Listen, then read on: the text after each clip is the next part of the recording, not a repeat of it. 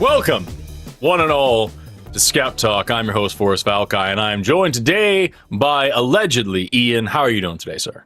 Doing great. Glad to be here. I'm pumped. Glad to have you. Glad to have you. It's going to be a great show. I was supposed to be on yesterday, but I had to cancel at the last minute because my flight landed and I got home about 30 minutes before the show was supposed to start, and I couldn't. I was exhausted.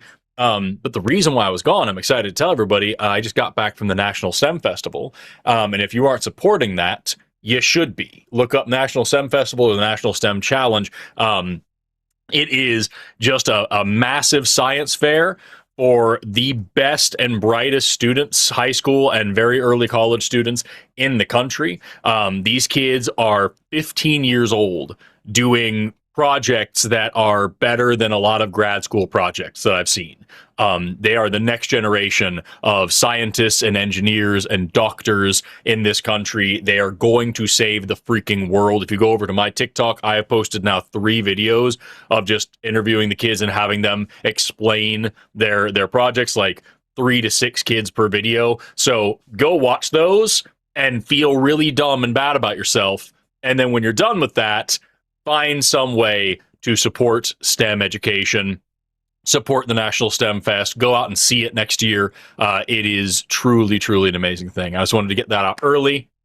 Go check that out. It's really, really, really cool. Ian, my dude, we have done one show together over on your channel, and now we're doing this over on this channel. What kind of calls are you hoping for today? You know, I'm always partial towards philosophy, and I mean, you said in the green room that you don't really do like the philosophy lingo, but you know, I hope you don't feel alone in that way, because like neither do the callers. You know, they just say words, they don't know what they mean.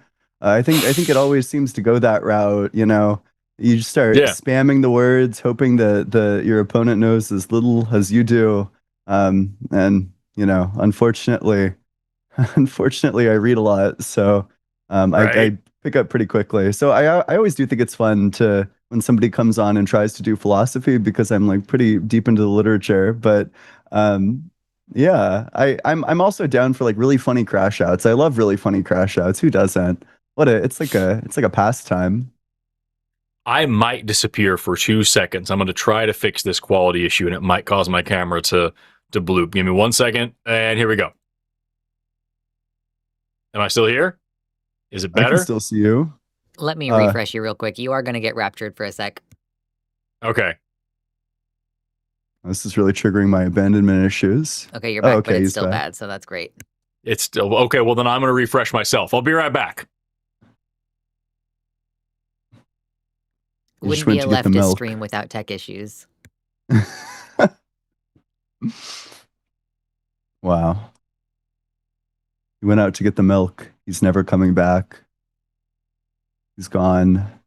It's only me, staring at you, talking into the abyss.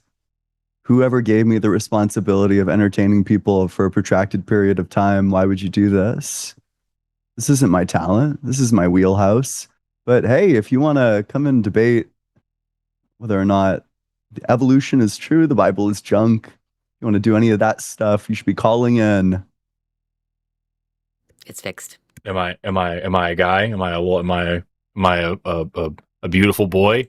You are, yeah. You're like so clear. So smooth. Hell yeah.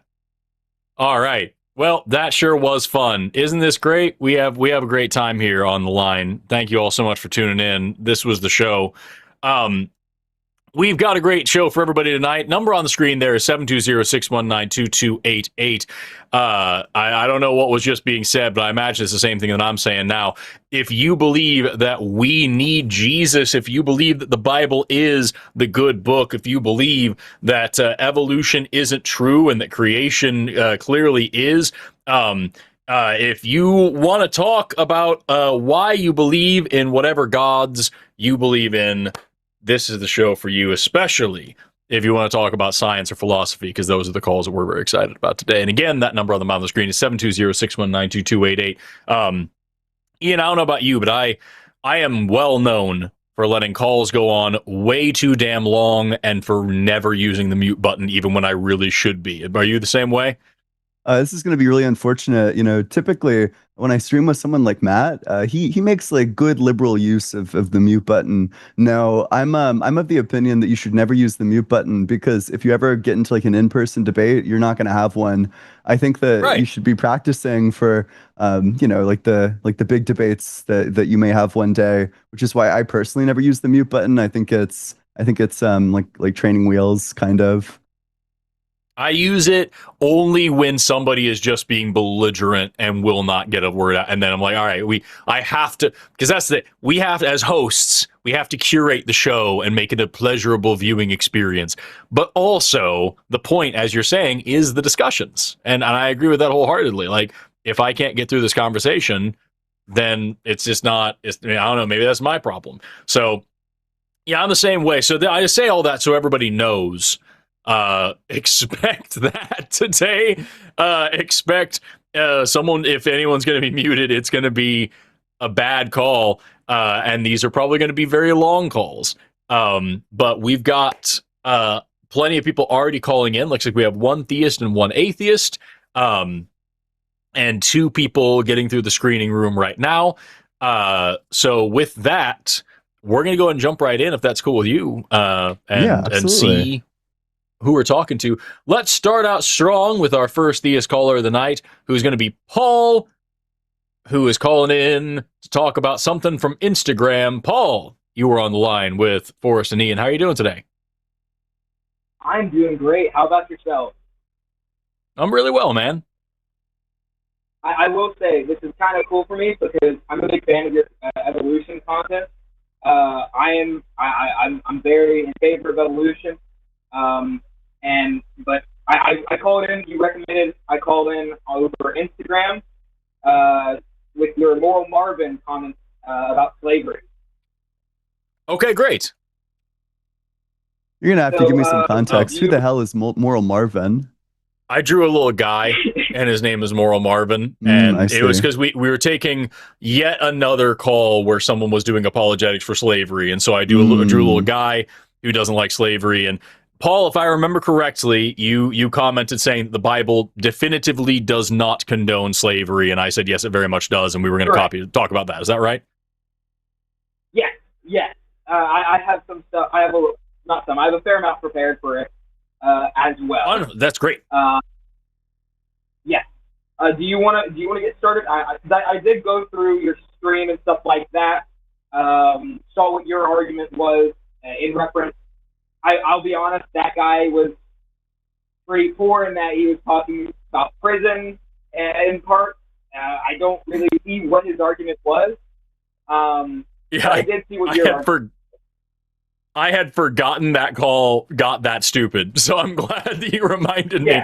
Yeah, my whole thing is that the Bible very clearly and repeatedly says this is where to get slaves from, this is how to buy them, this is how to beat them, these are the rules for Hebrew slaves, these are the rules for non-Hebrew slaves, that slaves are your property, that they can be passed down to your children, that slaves should obey their masters, even their harsh masters, because they will participate in heaven with them. And at absolutely no point at all does God or Jesus say owning slaves is wrong, human beings should never be treated as property to be passed down to children or anything like that. They use parables and allegories sometimes that involve slaves. And there are some people who will say that there's some contextual argument where it says, don't be mean to slaves, and where it talks about freedom as like a general theme in the Bible, and that's supposed to be alluding to those sorts of things. But at the end of the day, God and Jesus are super duper clear when it comes to eating shellfish, wearing mixed fabrics, touching the skin of a dead pig, working on the Sabbath, burning a chair that a woman sat on during her period. Like, all of these things are really, really clear instructions. But when it comes to slavery, we get clear instructions to do it and no clear instructions not to do it. What is your thoughts? Yeah, of course. So I disagree with that. That it's an illusion. I believe it is formally spoken about in the Bible. To speak about what you're referencing, you're speaking about the Leviticus scripture, which I will preface. Almost anything in the Old Testament is going to be in Hebrew, and a lot of the words that it's using for slave, it's the Hebrew word eved, which is bond servant, similar to an indentured servant. But the scripture you're talking about is Leviticus 25:44 through 46. Your male and female slaves are to come from the nations around you. From them, and also, you may also. I'm sorry. Yes. I apologize for interrupting you, but I want to be clear. Yes, Leviticus 25:44 through 46, and also Exodus 21, which is 1 through 6. Yeah. 1 through 6. 1 through 6. Yep. And it goes on from there. But the reason why I'm putting that in there is because I think it's very clear when you put those two together, they are not talking about indentured servants when they use this word. So I'm going to let you finish what you're saying. I've been talking for a minute, but I will let you know that's what the next thing I'm going to talk about is. Yes, so the way I'm going to connect it, because I see the route that you can immediately take, because there's, in verse 4, if his master gives him a wife and she bears him sons or daughters, the woman and her children shall belong to her master, and only the man shall go free. So I believe that's often the scripture that is used to reference chattel slavery. Would I be right? That's what you're connecting it to, like in the sense of chattel slavery? That is part of it, but there are also plenty more parts of it. The main thing in this is where it talks about beating them and using them as, keeping them as property forever and passing them down to your children as inherited property. Those are not things that indentured servants do. Yeah, I think it's probably going to be important that we get very clear about like the definition and like the meaning of these words. Like an indentured servant is somebody who is like working down like a contract where they're owned as like a slave for like a specific portion of time. Whereas like these are like slaves for life. And it's so specifically, just to be clear about our definitions here, I take a slave to be something like a person owned as property. Would you agree with that definition? Yes, I would agree with that definition. I have no idea how you're going to be able to escape the implication that the Bible says that you can own slaves then, insofar as in Leviticus 25:44 through 46, it says, as for the male and female slaves whom you may have, it is from the nations around you that you may acquire male and female slaves. You may also acquire them from among the aliens residing with you, and from their families who are with you, who have been born in your land. They may be your property. You may keep them as a possession for your children to inherit after you as property. These you may treat as slaves, but as for your fellow Israelites, no one shall rule over the other with harshness. It seems like it's pretty clearly saying that you're owning people as property, and we agree that that's slavery. Yeah, so I believe the word is bondservant. It's using the term eved, which is literally Hebrew for bondservant or indentured servant. I think we do have to connect the Levitical scripture and Exodus as well, because one, it says, for one, in Leviticus, it does specify that they are temporary residents living among you, but then you can connect that to Exodus 21:2, where it says that you buy Hebrew servant, also using that word. Some translations say Hebrew slave, but all of it roots from that same word eved, which is that bond servant. He is to serve you for 6 years, but in the 7th year he shall go free without paying anything. If he comes alone, he is to go free alone. But then one thing that's to recognize that they were paid, and it was a voluntary position. Kidnapping was punishable by capital punishment in this time period for Hebrews and foreigners alike. So if you were to kidnap a foreigner, you would still receive the capital punishment. Some scripture does specify Hebrews if you kidnap Hebrew, but there's other scripture that broadens it to, if you kidnap anybody, you will receive capital punishment. So it's not a situation where you are kidnapping someone into slavery or into servitude. It is a voluntary situation where you are in some sort of debt or you are in financial trouble, and you volunteer to sell yourself into this servitude, so that after a 6-year time span, on that 7th year, you are released, your debts are free, you are given a portion of the harvest of whatever you were laboring for, and you are set free. Wait, I'm sorry. Right? So I feel like the is problem didn't get resolved at all. In fact, it seems like you're just affirming a direct contradiction. You agree that a slave is a person owned as property. You agree that the Bible says you can own people as property, but you disagree that the Bible says that you can have slaves. This is just like directly contradictory. Yeah, no, I'm saying it's servitude. But which of these two things do you disagree with? You either need to disagree that a slave is a person owned as property, or you need to disagree that the Bible says that you can own people as property. Otherwise, it just follows that the Bible says you can do slavery. But it's not saying you can do slavery. Then you need to reject one of the first two. You're going to, I'm not rejecting either. I'm connecting the two. Okay, then I guess you just reject logic then. I don't really know where to take this if you just reject logic. Paul, let me be clear. The problem that we're having here is you keep just changing the word slave to indentured servitude and then describing slavery. And so, like, it doesn't matter if you want to retranslate this word to not be quite like slave. If you're describing slavery, it's slavery. I could call slaves pumpkins. They're still slaves. Yeah, sure, but the description I'm describing is not slavery. If you get kidnapped into slavery, like let's talk about slavery in the United States, for example. Kidnap people, sell them into the slave trade. They're not getting out. That's not a 6 to 7 year time span. Now, yes, I will 100% agree with you. But, if it was a foreigner, if it was a foreigner who was a slave, who volunteered themselves Paul, to the system, they are going to be, yes. Did the child if we go back to just say, I'm assuming I agree with you here. Going back to Exodus 21, did this person's child and wife agree to sell themselves into slavery? Yes, it would be a situation where the wife is also a servant under that 6-year contract. No. If you want to counter, if you want to, no, that's it says. Hold on, just 1 second. It says. Nope. It says if the master gives him a wife and she bears him sons or daughters, the wife and her children shall be her masters, and he shall go alone. So those children did not sell themselves into slavery. Those children were born as slaves and died as slaves through no fault of their own. That is chattel slavery. Yeah, if you want an even clearer example of this, you can go to Exodus 21:7, where it says, when a man sells his daughter as a slave, she shall not go out as the male slaves do.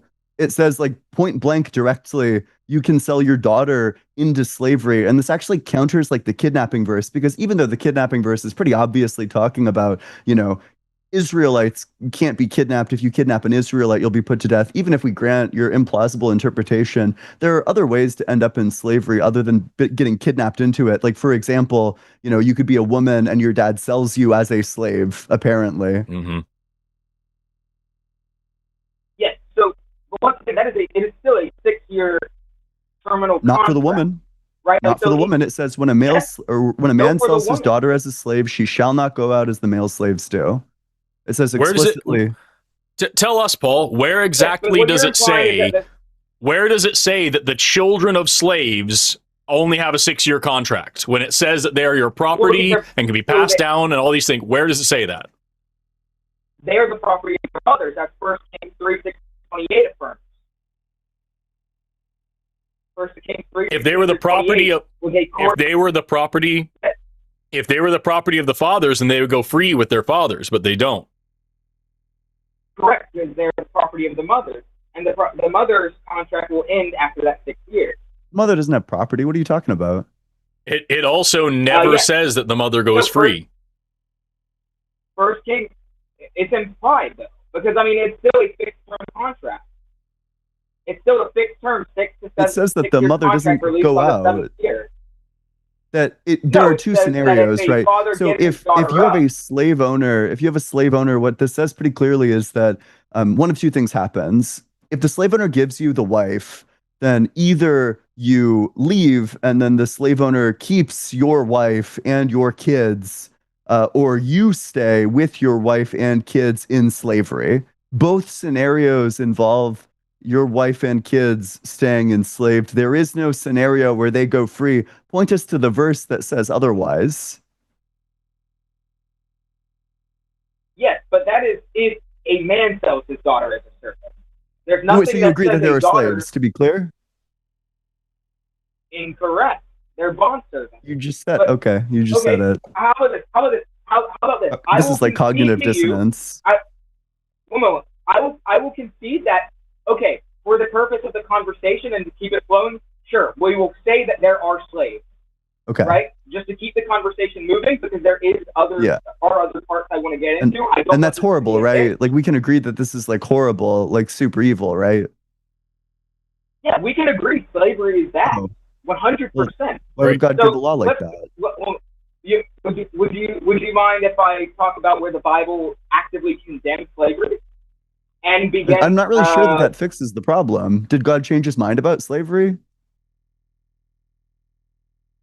No, I think this. So, well, you mind if I give my viewpoint on this without being interrupted? It'll take. I guess go for it.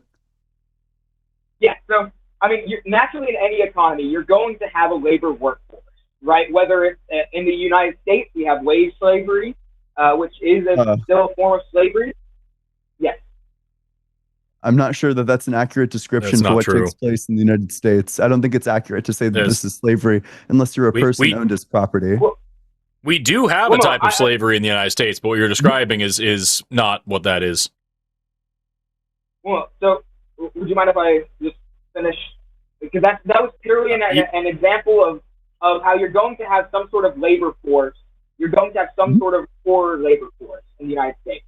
Yeah, we agree. And in any economy, right? Sure. There's going to be some sort of labor force.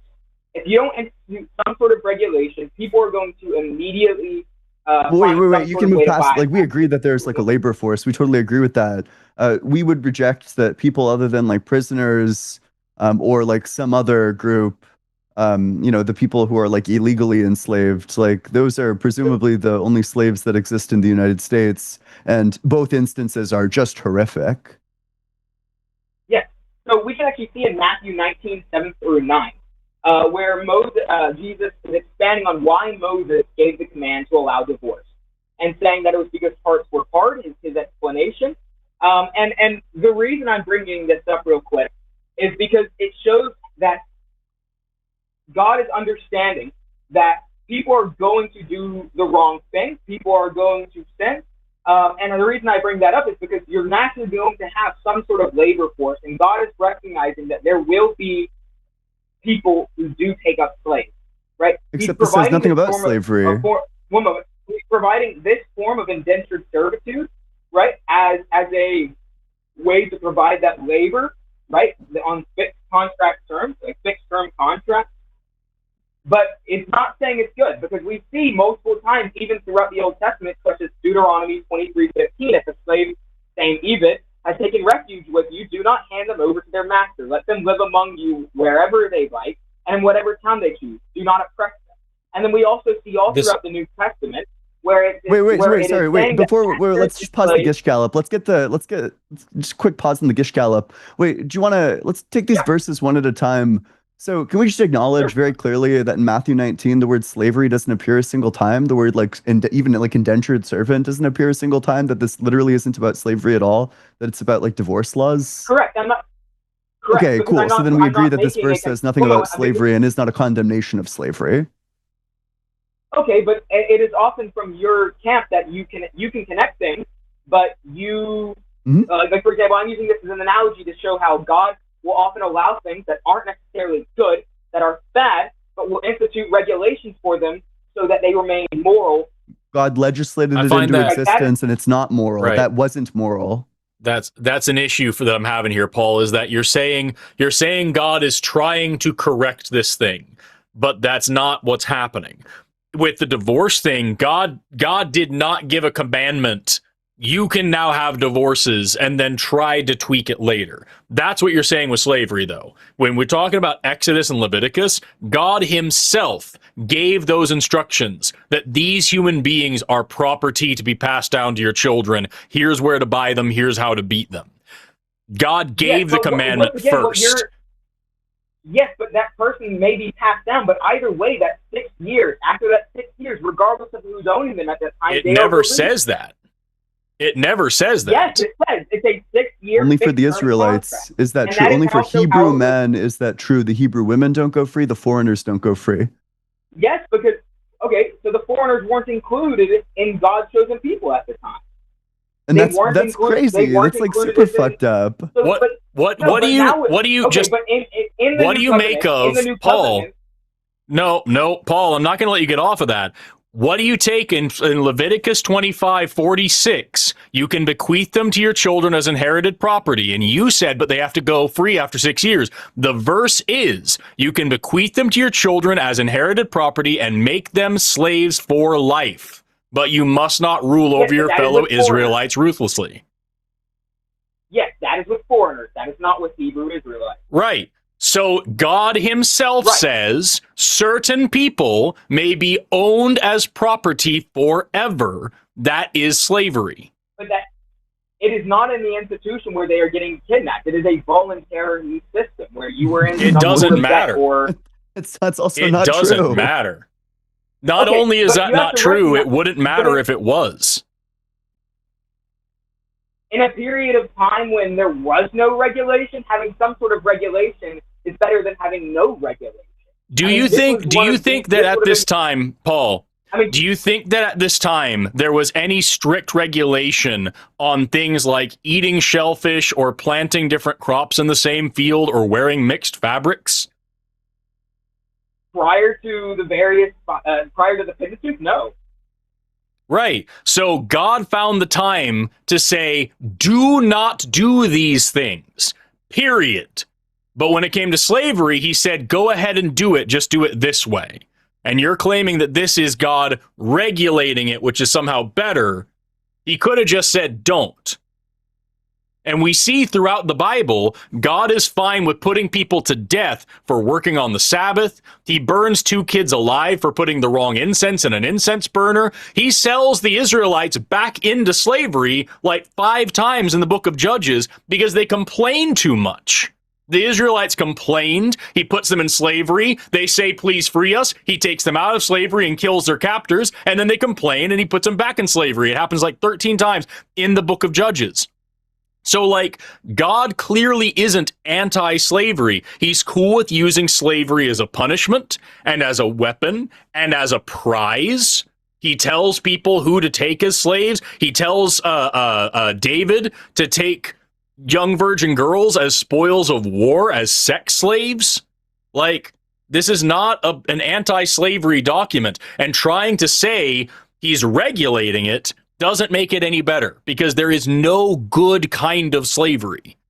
Yeah, and just to add on to that a little bit, wouldn't it be beautiful if after Exodus, God came out with some powerful, moving speech about empathy, about how you were just slaves, and because you were just slaves, you now know how bad slavery is. And because you now know how bad slavery is, you will not be owning slaves because you know it to be bad.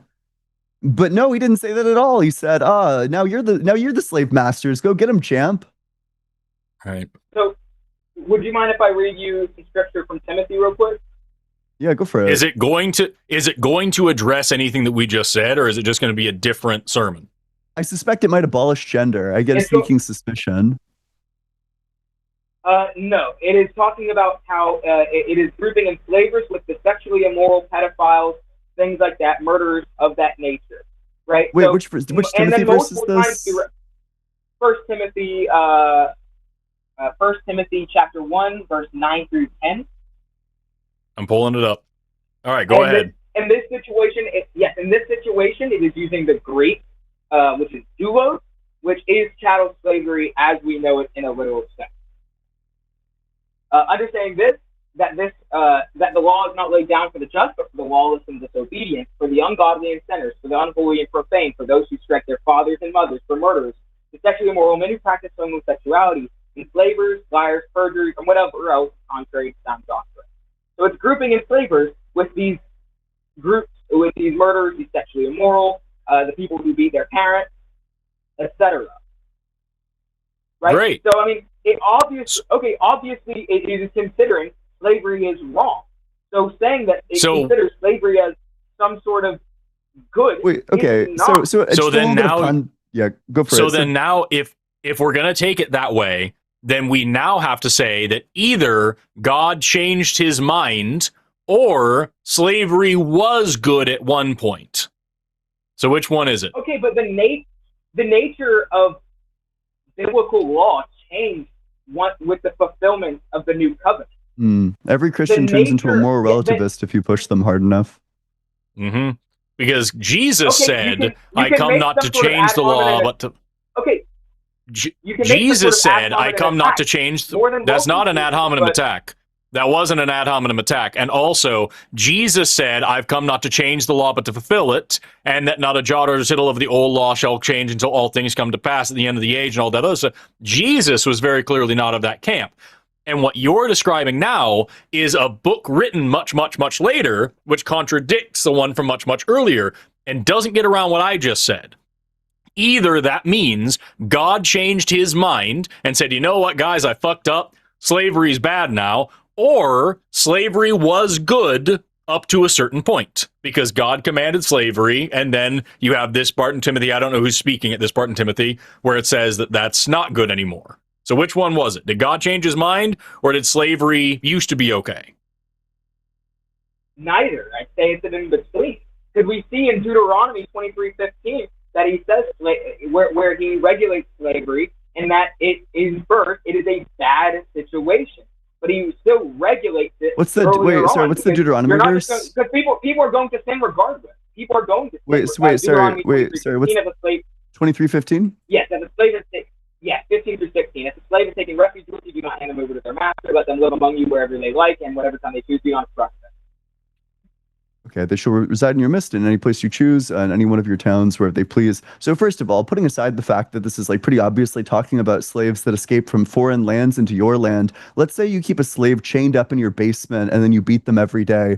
Would you be in violation of any law of Moses? Yes, if they die. Which one? Yeah, wait, sorry, cite me the one. Yes. The verse, please. Yes, I will. Anyone who's taking me a second to scroll within Exodus. Yes, anyone who beats their male or female slave with a rod must be punished if the slave dies since the rector's old. But this slave doesn't die. Right, he just said beating them every day, not beating them to death. Yeah. Okay, then yes, according to law, then there is no punishment. Yes. Is that morally perfect? No, I'd say in our modern sense, no, 100% not. Sure, and what verse would demonstrate that that's not morally perfect? What do you mean? The part where it says love all in the New Testament? So is owning and beating slaves incompatible with love all? Does love all contradict beating and owning slaves?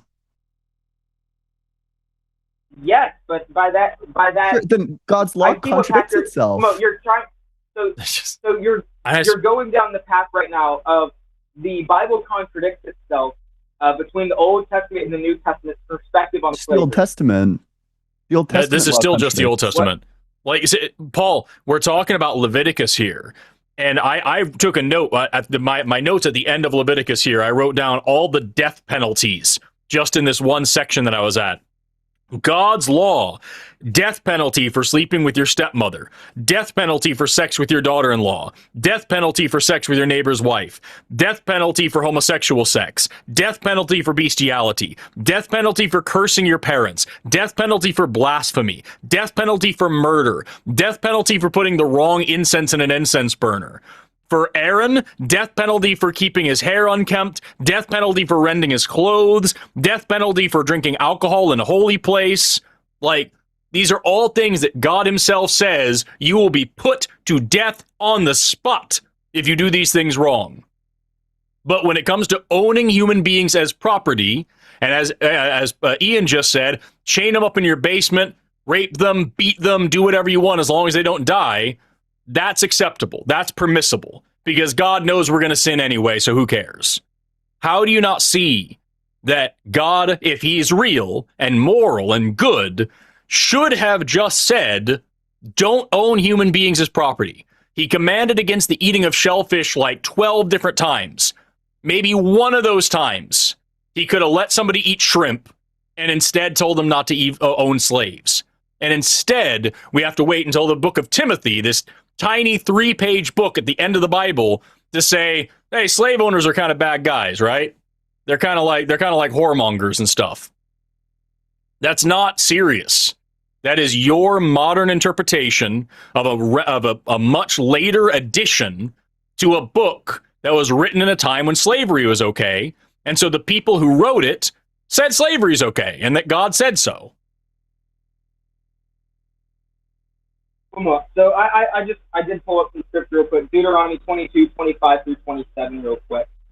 God had already established that rape, for example, that's the example used, rape is not okay. Rape can't be done to a young woman, right? So like it can. It doesn't. There's a fine. It doesn't specify. It doesn't specify. This guy just lied about the Bible. Wait, sorry, you just lied about the Bible. Wait, is the slave engaged to someone? Did Forrest say that the slave is engaged to someone? Because I think you just lied about your own holy book. Incorrect. But if out in the country a man has wait, that was yes no question. I don't know if you caught that. It was yes no question. Did Forrest say that the slave is engaged? No. But either way, then you just lied about the Bible, right? And also, if you go to the very next verse, it literally says you can rape someone and then you just have to marry them. Mm-hmm. And those are just the times when people do rape, because when God does rape, there's no punishment at all. In fact, God uses rape as a punishment at one point. Well, sin has to get permission from God. The devil has to get permission from God. It says that in the Last Supper. No, not when the devil does it. When God himself sends people to rape David's wives to punish David.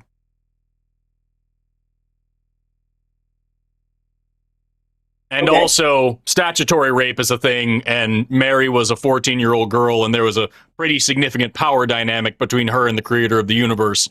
But that's neither here nor there. The point is, as I have just listed out for you, the same book where it says you can own human beings as property forever for their entire life, and you said that's just God trying to regulate things and trying to make things better incrementally. The same book has a death penalty for homosexuality. The same book has the death penalty for all sorts of things, including homosexuality. Do you think that being gay is worse than owning slaves? Okay, but once again, I'll get to that question in a second. In this time period, the non-Hebrews were not considered part of God's covenant. That doesn't matter. He's speaking to Hebrews. He's speaking to Hebrews. It does, because it does matter, because it makes it better to say they're not perpetual. You say perpetual. It's okay that they were. It's okay that they were enslaved, right? They weren't God's people. You can enslave them. They weren't in the chosen club, so they don't get human rights. I mean, yeah, times have changed. I'm not saying slavery is okay. Awful. I'm saying that they are not. I'm saying that they aren't included in the covenant. They have been. Paul. So just to be clear, Paul, where that is open to Gentiles. Paul, we started this call with you saying the Bible does not condone slavery. The Bible is anti-slavery. And now, how many minutes in are we? We are 30 minutes in, and now we're at the point of you saying it's okay that these people were slaves. They weren't Hebrews, and non-Hebrews weren't included as humans yet. No, you still haven't answered whether slavery is worse than homosexuality, because God put a death penalty on homosexuality, but not slavery. Well, that just depends on how it's interpreted, because that also can be interpreted as pedophilia. Man with boy. Okay. Which one's worse? Yes, owning human beings as property or pedophilia? I think there's definitely an argument for both. What about the shellfish? So then why does God so then why does God command both of them, dude? He doesn't command pedophilia. He doesn't say go have sex with a boy. I didn't say boy. He says when you sack this city, kill every man and woman who has laid with a man. Keep the young virgin girls for yourself. Do you think all of them were over the age of 18 and fully consenting? I don't know. I mean, that's requiring a lot of inference. Do you like?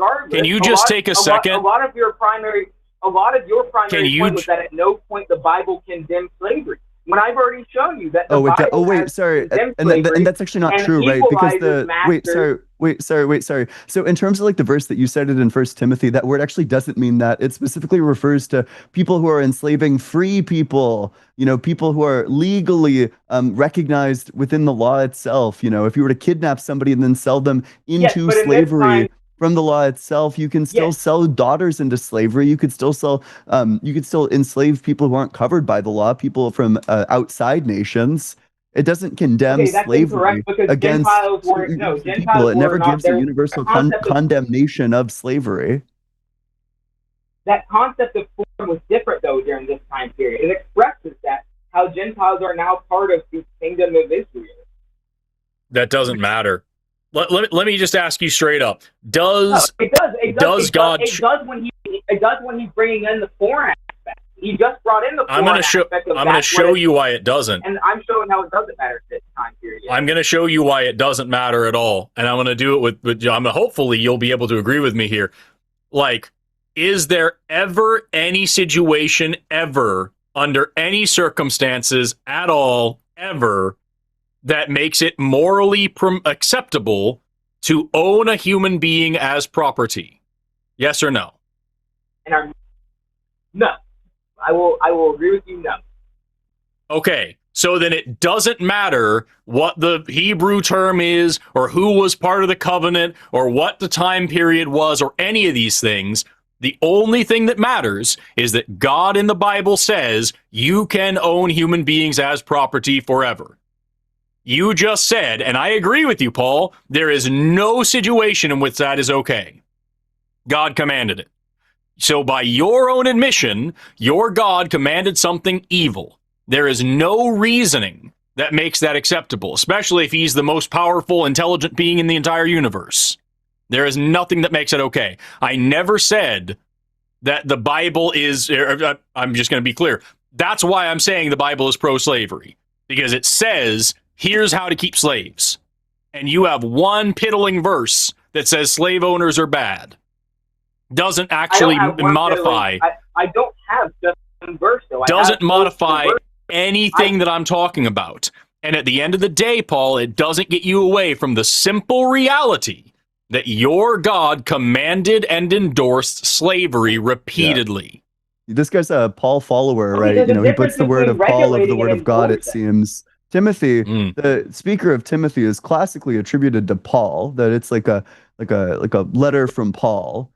So do you have any instances of like God saying that slavery is bad, or is it just Paul? Are you like a Paul follower? Yes, in the book of Isaiah, which is which one? From the prophet Isaiah. Isaiah 58:6. 58:6. Which is a prophet that means a prophet, as I'm is someone who is speaking the word of God, if that makes sense. God is speaking through them.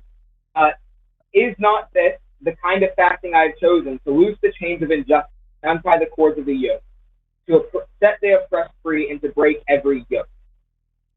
That verse right there, verse used by the U.S. abolition movement in the 1850s. But he thinks this is fine for certain people groups. The problem that God has with slavery is when it's done against his people. That's the recurring theme of the Old Testament. You just said that, Paul. No, the prophet of Isaiah is foretelling the coming of Jesus. And yes, okay, Jesus said he's not coming to change the covenant. He is coming to renew it. Right? So yeah. I mean, part of it. I mean, he reaffirms all of this, right? Like. Also, I just want to be clear, like you're saying that there's this one verse that the abolitionists used back in the day. Meanwhile, the Confederates also cited the Bible. very strongly. The Confederate, Declaration of Secession from Texas says specifically that the slavery that we had in America was God's will, and every Christian nation would uphold it. And they had more than that one verse to back them up. Either way, no matter what you pull out here, Paul, even if you could find a verse from the New Testament that flatly says slavery is wrong and no one should ever do it, the fact remains, the God who is unchanging, all-knowing, and eternal commanded and condoned slavery. And you have agreed that the slavery that we all are talking about here is morally wrong. No, I conceded the slavery point so that the conversation can continue. I'm still agreeing it's bond servant, indentured servitude. I conceded that point earlier to keep the conversation moving. Because at the beginning of the call, Ian made sure that we are on the same page, that the definition of slavery we were using was owning human beings as property, and you agreed to it. And just a minute ago, I got you to agree that there is absolutely no circumstance in which owning a human being as property is moral. So there's no distinction here. Bond servant, whatever else, it does not matter. You have agreed with both Ian and I that the commandments in Exodus and Leviticus are patently immoral and unjustifiable. Okay. And we all agree that those ones came directly from God. I have a question for you then. Was indentured servitude in the early colonial period in the Americas the same as slavery? Same as like indentured, or sorry, the same as. Well, you asked me these kinds of questions and had me answer them. I'm asking a similar question. Was indentured servitude in the early colonial America? Is it the same as slavery? Were indentured servitudes were indentured servants in early colonial America? Were they property to be passed down to children? I believe under contract they were. They were property. That's what you're saying to me. Did the contract expire for indentured servitude? That was going to be one of my next questions. Were they actual property? And if so, was there a way for them to stop being property, or were they property for life? Also, like, obviously indentured servitude is like bad. It's right. horrible. I'm also against it, but the question was, is it the same thing as slavery? Yeah. And what I'm asking here is, does it fall under the same rules given in Leviticus 25:46? Yes. I just quickly looked it up. In America, no, indentured servitude contracts were generally not legally passed down to children. Their duration was usually 7 years to pay off the debt or the cost of taxes to the colony. When the contract ended, the individual was legally free. Okay, then no, that is in no way anything even close to slavery. Yeah.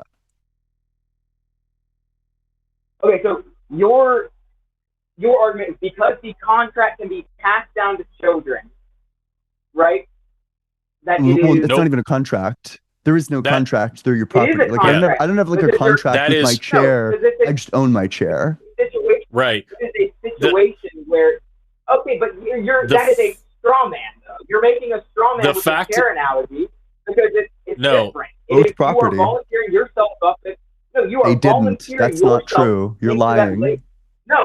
That's not true. Wait. In Exodus 21:7, does the person getting sold into slavery have any agency in it? When a man sells his daughter as a slave, she shall not go out as the male slaves do. Does this daughter getting sold into slavery, have any agency in this? It does not say. Presumably it's because not. The answer is no. There's no restrictions on when a father can or can't sell a daughter into slavery. There's no agency. Yes, okay, but that is a select case. It's horrific. It's not a right case, but Exodus 21. And it is also God's word. Did God fuck up just on this one small thing? No, I would say I don't necessarily understand why he did that. Is it morally perfect? is that verse moral? Is slavery morally perfect? Is Or, the like, law that what is God it? gave morally perfect? Was there a better law that God could have given? Yes. In my modern Oh, perspective, then God's yes. not all good. God is No, not all okay, good. Then. hey, we agree. We agree God is not all good, or God is not all powerful, or both, right? Incorrect. A mistake is not defining them. So but then God is not perfect because God can make mistakes, including endorsing slavery. You know, I think just noops, right? I Sometimes God use, fucks up. He's not perfect. We agree God I is think imperfect. in my modern perspective, I would say, yes, it is immoral. But I'd say, according to the time period, it was still fairly revolutionary, seeing how it's coming from a situation where there's no regulation into a time where there is regulation.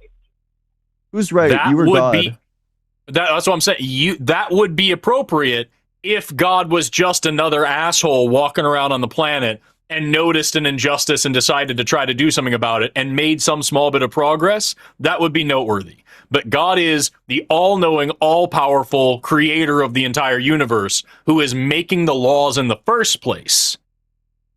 So either God is not all but he good, recognizes people are going to break the laws regardless. and yet he is willing to put the death penalty on certain laws and say, you will never break this law or I will burn you alive. But on this one, Right. he doesn't do that. In fact, he continues to encourage it. Okay, but once So again, this is where we're in the same spin cycle over and over and over. The only Correct. way out of this is either God is not all good, or maybe, I posit to you, Paul, maybe this book was written by just people who had their own agendas and their own ideas, and they wanted to own slaves, so they wrote that God said that too. I won't agree with that. Of course not. So then Because God is I not am all really- good. Yes. No, I mean, I will not agree that the Bible was written by people. I will make it even more simple for you, Paul. Is the Bible the Word of God? Yes. Is God all good? Yes. Can God command evil? Or is everything that God commands good? Biblically, it says all is good, but he does also command evil. Oh, Right. got a contradiction. So- Perfect. So immediately you have a contradiction No, in your because faith, The way and also no, because the way evil is used in the Bible is often to glorify good. right. Either way, dude, you said God is all good. That means that either you're wrong or slavery is good sometimes, which contradicts your other belief that slavery is always bad. Reiterate that for me one more time. Either slavery is good sometimes because God is all good and God gave instructions for slavery in the Bible, which is the Word of God, or you have a contradiction in your beliefs and God is using evil to glorify good somehow, allowing commanding slavery to happen to make the good more glorious or whatever, which is not a good thing. Commanding it. Where is he saying Literally, you the have things to do this? we've been talking about this whole time. He is condoning it. Okay. He's telling people where to buy people from. And there are other parts where he does command it, like when they're talking about, I believe it was Amalek, when he says, go and keep here. This is Numbers 31. I'm going to go back to the beginning here and make sure I get the whole thing. Numbers 31, we have... The Midianites. What was that, 18? It was the Midianites? Yeah. I just want to make sure. 31:18. Here we go. So Moses is speaking in 15. Moses, another prophet of God, like you said, and he says, "Go kill every male among the little ones, and kill every woman who has known a man intimately. Keep alive for yourselves all the young girls who have not known a man intimately." That's what he says. He says, "Keep the virgin girls for yourself." So yes, he does command, go there, take these people as your property, as spoils of war. Okay. It doesn't say property. It says take them for yourself. What do you think they're going to do with them, Paul? What do you think they're going to do when they go and destroy this city and kill everybody and they keep all the virgin girls? What do you think was the purpose of doing that? What do you think they did with those virgin girls? They're going to play patty cake with them, surely. Yeah, they're going to teach them all how to sew. I presume marry them and have sex with them. Right. Which was not their choice, right? Which was not their choice. They were taken as spoils of war, put into a marriage they didn't consent to, and then raped. Those are all parts of slavery, dude.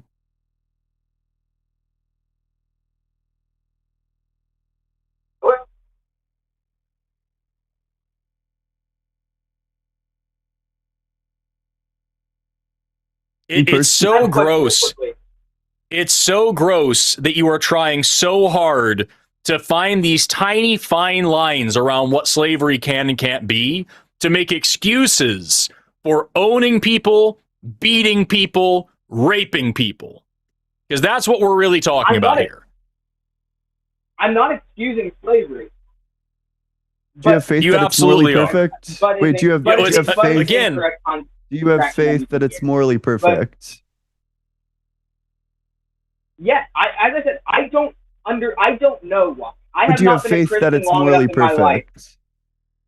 Once again, I don't know why it says this. I have only been I'm not asking you. I'm asking you. Do you have faith that it's morally perfect? Yes. Okay. There you go. There you go. I don't know what there is else to talk about, dude. You called in here to say the Bible doesn't condone slavery. We went over several verses where it explicitly does. And now, after 45 minutes of talking, we're at the point where we're saying, well, I mean, yeah, he said to go rape those virgin girls, but man, I don't know why. And I have to believe that it was a good thing. So I guess it's just good.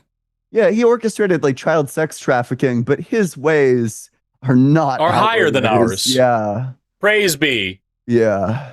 This is an evil book, and it's causing you to believe evil things and forgive and justify and make excuses for evil things. Paul, I think you're a good person, and I think that you are doing apologetics for evil shit because your religion is forcing you to do so. Because you can't just say, this is evil no matter what. I don't care if God said it. It's fucking wrong. And if God said it, God's a monster too, which is what I'm telling you. If your God is real, he's a piece of shit because this is what he's commanding. There is no justification for it. And I think you are a better person than your God.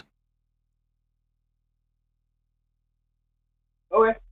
I have a question for you. You mind if I bring up one further topic? This one will be very quick. It's just something I did want to mention because one of my big goals, personal goals, is I like advocating science to Christians. Because a lot of Christians, for some reason, have this weird resistance to science. Would you mind if I bring? Yes, I'll let you do this last thing, and then we got to move on. We have other calls, so I'll let you do this last thing because you have been very polite 100%. With us. Yeah.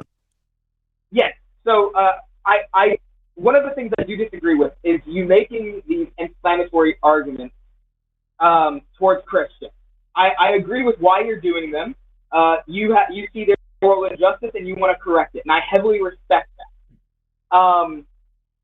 But it weakens people like myself who are also Christians. It weakens our ability to advocate for science because it backs people into a corner and makes them more staunch in their beliefs. Now, it's easy for us to pull a high ground of, yes, we have the facts to back ourselves.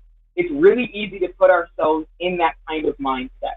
But science shows Northeastern University's new lab have posted our research on searching for the backfire effect, as well as the social, psychological, and personality science for, I believe, that Stage, has posted that kind of inflammatory argument that is used just back people into a corner. Psychologically, we are going to be defensive, and we are just going to reject anything that comes towards us. And so people like myself who often try and advocate things like evolution, and various academic topics to the Christian audience, it makes it very difficult for people like myself to advocate science to Christians. So my personal just thought process is try and tone it back on inflammatory. Give your opinion on it, right? And give your opinion. I'm not saying not to do that. I'm saying to use less inflammatory language, such as this is more than the entire Bible. Like, that is obvious. Like, yeah, that's a great headline. That's a great clip, but it's immediately inflammatory and immediately subverts any kind of educational benefit you might have gotten from talking to them, if that makes sense. Yeah, and my answer to you is no. Because what we're talking about here is the most evil, heinous shit in the world. And I am not going to baby people and try to baby step them into being good people and say, well, once all the Christians accept evolution, then we can start explaining why rape is bad. That is not at all what I'm going to do. And if you want to understand my thought process, take Christian out of it and apply it to anybody else so we can both agree are just pieces of shit. If I'm talking to a fucking Nazi right now, I don't need to just, all right, well, it's okay that you want to slaughter everybody who you don't approve of. It's okay that you want to round people up based on skin color. It's okay. But, like, we're talking about this. I need you to understand climate change. And once you get climate change, then we'll try to be nice and talk about whether or not, people are subhuman or anything like that. Bullshit. We are talking about a grave injustice that has plagued the entire planet for millennia. We are talking about something that has led to genocide and famine and forced and war and yes, slavery as well, by the way. Slavery was also done by Christians because of what the Bible says. We are talking about an ideology that has led to the slaughtering of indigenous peoples all over the planet and continues to be used for colonization today. I am not going to play nice with these people. I will be respectful to individuals as long as they give me a reason to be. But I will not be respectful to an ideology that says certain people are just born to die, to burn in hellfire. That their entire life is corrupt and ruined and broken and wicked and sinful and evil because of just the way they are. And that there is exactly one way to be a human being properly. And it just so happens to be the exact way that every single Christian among the 40,000 denominations of your faith believe in. I will absolutely not be babying those people. They can grow the fuck up and have their ideology challenged like everybody else.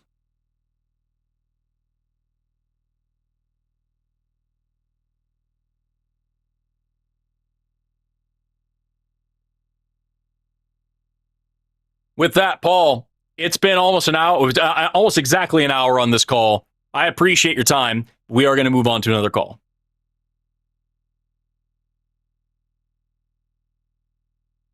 And I don't know if Paul can hear us because I'm not hearing him. I'm not hearing him either. His phone might have turned off or gone to sleep. I think he is called for the web caller, so he's calling from somewhere else. But do you have anything else you'd like to beg Forrest for, Paul, before we leave you? I don't want to let him go. I don't know. I can't. That was quite an interesting turn, at the end where he says, please stop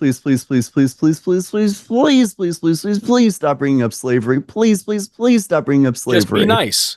Be nice. Yeah, he really said, shut up and mix the baking soda and vinegar, science man. Keep on doing the chemical reactions. Leave. Go visit. Sorry, go ahead. I didn't mean to interrupt you. Yeah, no, you're good. I was going to say, go visit the mass graves around the Indian boarding schools here and in Canada. Go visit those children that were killed by Christians for daring to speak their native language and not being respectful to your God after their parents were slaughtered and they were forced into those fucking camps. Go tell those people, listen, I'm sorry. The thing is, we got to help people believe in science, and you catch more flies with honey, You got to be nice. No, fuck that shit. And here's the thing. What Paul is talking about there at the end is pertinent to me. That is literally my area of research right now. My current research is in psychoneuroendocrinology, studying hormones in the brain, especially stress hormones, and how, when you're attacking someone's worldview, these hormonal defense systems that kick in, that cause you to retaliate, to practice cognitive dissonance, to practice worldview defense, to try to reduce dissonance and make these things make sense and get out of that uncomfortable situation. I know exactly what he's talking about. Also, still though, fuck that. Yep. Because at the end of the day, some of us can be fucking grown-ups and say, hey, listen, this is really uncomfortable for me, but I have to change my mind. I have to do something different. This isn't good enough for me. Yeah. I mean, Christians can do that too. You know better than anyone, like the depths of our cognitive inertia, that we want to stick with, like the beliefs that we already hold. You know, the brain doesn't like being risen to reevaluate its own beliefs. You know, as soon as you're presented with counter evidence to your position, you do everything you can to stop thinking about it. I think that's why it's so important to keep on bringing it up and making it so in their face that you can't just ignore it like your brain wants to. Exactly. That's why shows like this are so productive. And I talk about that quite a bit because, you know, shows like this, to Paul and so many other people's points, there are a valid criticism about shows like this is that they are clip farms. Like there's a lot of situations where we'll tear into somebody and that makes a good clip and it goes viral and blah, blah, blah. And you could argue that that's, you know, a lot of what we do here. It is absolutely what makes us money sometimes. That's a valid criticism. The other side of that, though, we do a show every single day, sometimes multiple shows a day, and we talk to hundreds, thousands of people a week. And they're not all clips. A lot of them are calls like that, where we're really, I think we were being very respectful. We never insulted Paul. Paul never insulted us. And it doesn't matter if we change Paul's mind or not. What matters is that there were at least 50 Christians watching that whole thing, wanting to hear the arguments. And I know for sure at least one or two of them changed their mind, or at least we took a major chip out of that, because I get calls from those people all the time too, saying, listen, the most common deconstruction call or deconstruction story I hear is, I was tuning into these shows to hear good arguments for God and hear atheists get destroyed, and I found the exact opposite happened. I was out there looking for evidence for God, found evidence against it. I was out there looking for evidence against science, found evidence for it. As soon as people start listening, as soon as we have these conversations, people are free. People are free. Yep, absolutely. Anyway, I'm sorry, I'm going on a whole rant. That's okay. It's just very important. Typically, Matt's made the selection for calls when I've been on the show before. So do I have the studio open. Do I just pick one? Yeah, tell me the number. If you have call in studio open, tell me the number on the far left side that you want, and then I'll put that guy up. No, you're looking at number 4. Well, okay, I could probably do that. Oh, actually, I'll just yeah, I did it. Do you have it in the? Well, if you do it through the Q&A line thing, then it comes up the right way. Okay. Felix, welcome. I see that you think that God is obvious. Not super obvious to me. I'm super curious what you mean by that. Do you have it in the? Well, if you do it through the Q&A thing. Oh no. Oh geez. What's happening? No. Felix, can you hear us? Surely you're in the other room, Felix. There we go. Can you hear? Yeah, we can hear you. Way better. Okay. I'm going to prove 2 propositions, okay? Yeah. The first one, God is obvious to everybody. Okay. I feel like you're not going to prove that. Not granted, but okay. It is granted. The God of the Bible I'm talking about. Oh, fuck. It is granted. Oh, my bad. It is granted. And then what's the second proposition that you're going to prove? If you give me the same time or more than you gave Paul, I will do it. Well, we'll see. We'll see, because we're going to start with the first proposition, which is that God is obvious. And then you said you're going to prove a second proposition. What's the second proposition you're going to prove? Okay, and I say that the timing because it takes longer or slower depending on the people and how they learn each. That's great. And how they that's great. For some reason, That's I get awesome, the feeling man. that this call is going to be like molasses. Third time I'm going to ask now. You said proposition 1 is that God is obvious, and you said you're going to prove 2 propositions. Proposition 2 is that he's going to take a long time to do it, but he can do it if you give him a long time to do it. That's proposition 2, I think. Proposition 2 proposition 2? Yeah, proposition 2 is the gibberish about like. Is that not proposition 2? Holy shit! I'm telling you, it's not. Okay, so what is proposition 2, Felix?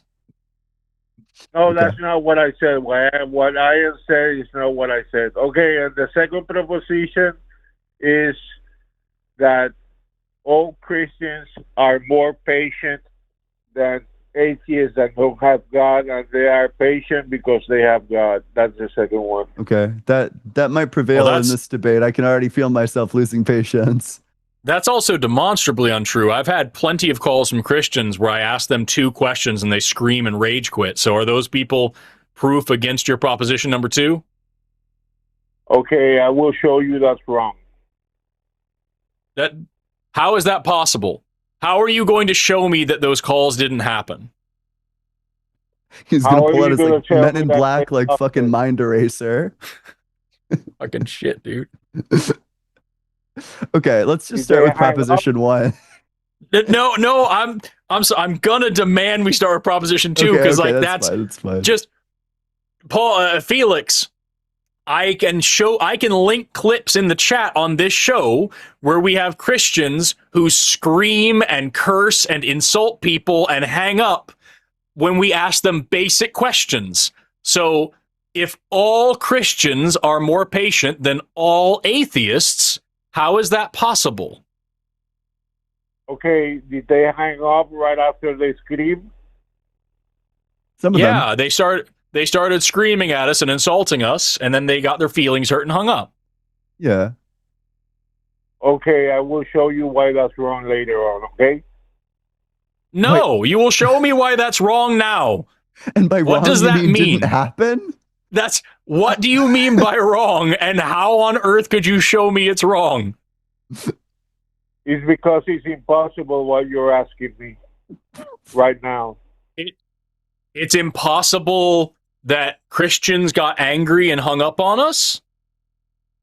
No, it's impossible for me to prove it to you right now, this moment. Yeah, I agree. That's why it's a ridiculous claim, right? That's what you should have made. What could possibly change? What could possibly change between now and an hour from now that would cause you to be able to prove to me that those Christians did not lose their patience with me? Okay, I will tell you. And you have to answer me, okay?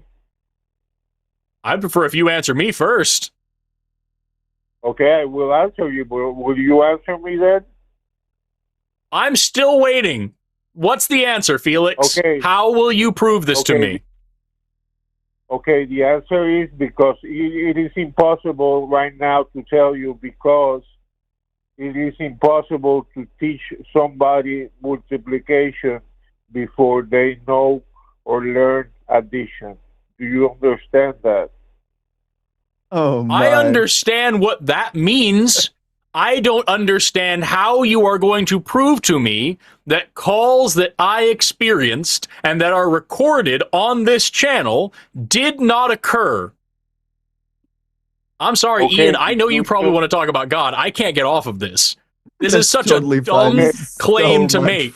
This is such a dumb statement to say that every single Christian is more patient than every single atheist. Yeah. That is so obviously and demonstrably untrue. And now you're saying that in an hour's time, you can gain the ability to prove to me that things we have recorded proof of didn't occur. What are we talking about, Felix? Okay, I didn't say an hour. You said that. I didn't say that. You said if we give you as long as we gave Paul, it'll work. That was an hour. But I didn't mean that it would have taken an hour necessarily. So less than an hour then. It could take 5 minutes. It could take an hour. It could take 2 hours. It could take 1 minute. Depends on You know what, Felix? case by case.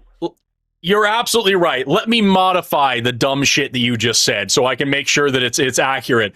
What you're telling me is that literally every single Christian is more patient than literally every single atheist. And in some amount of time, less than or equal to 1 hour, you can prove to me that I have never spoken to a Christian that lost their patience with me, despite the fact that we have evidence of it on the channel that you are currently calling into.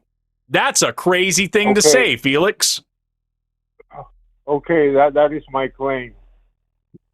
Right, that's dumb as all fuck, Felix. I would love to hear you justify it. Just demonstrably false. It's just...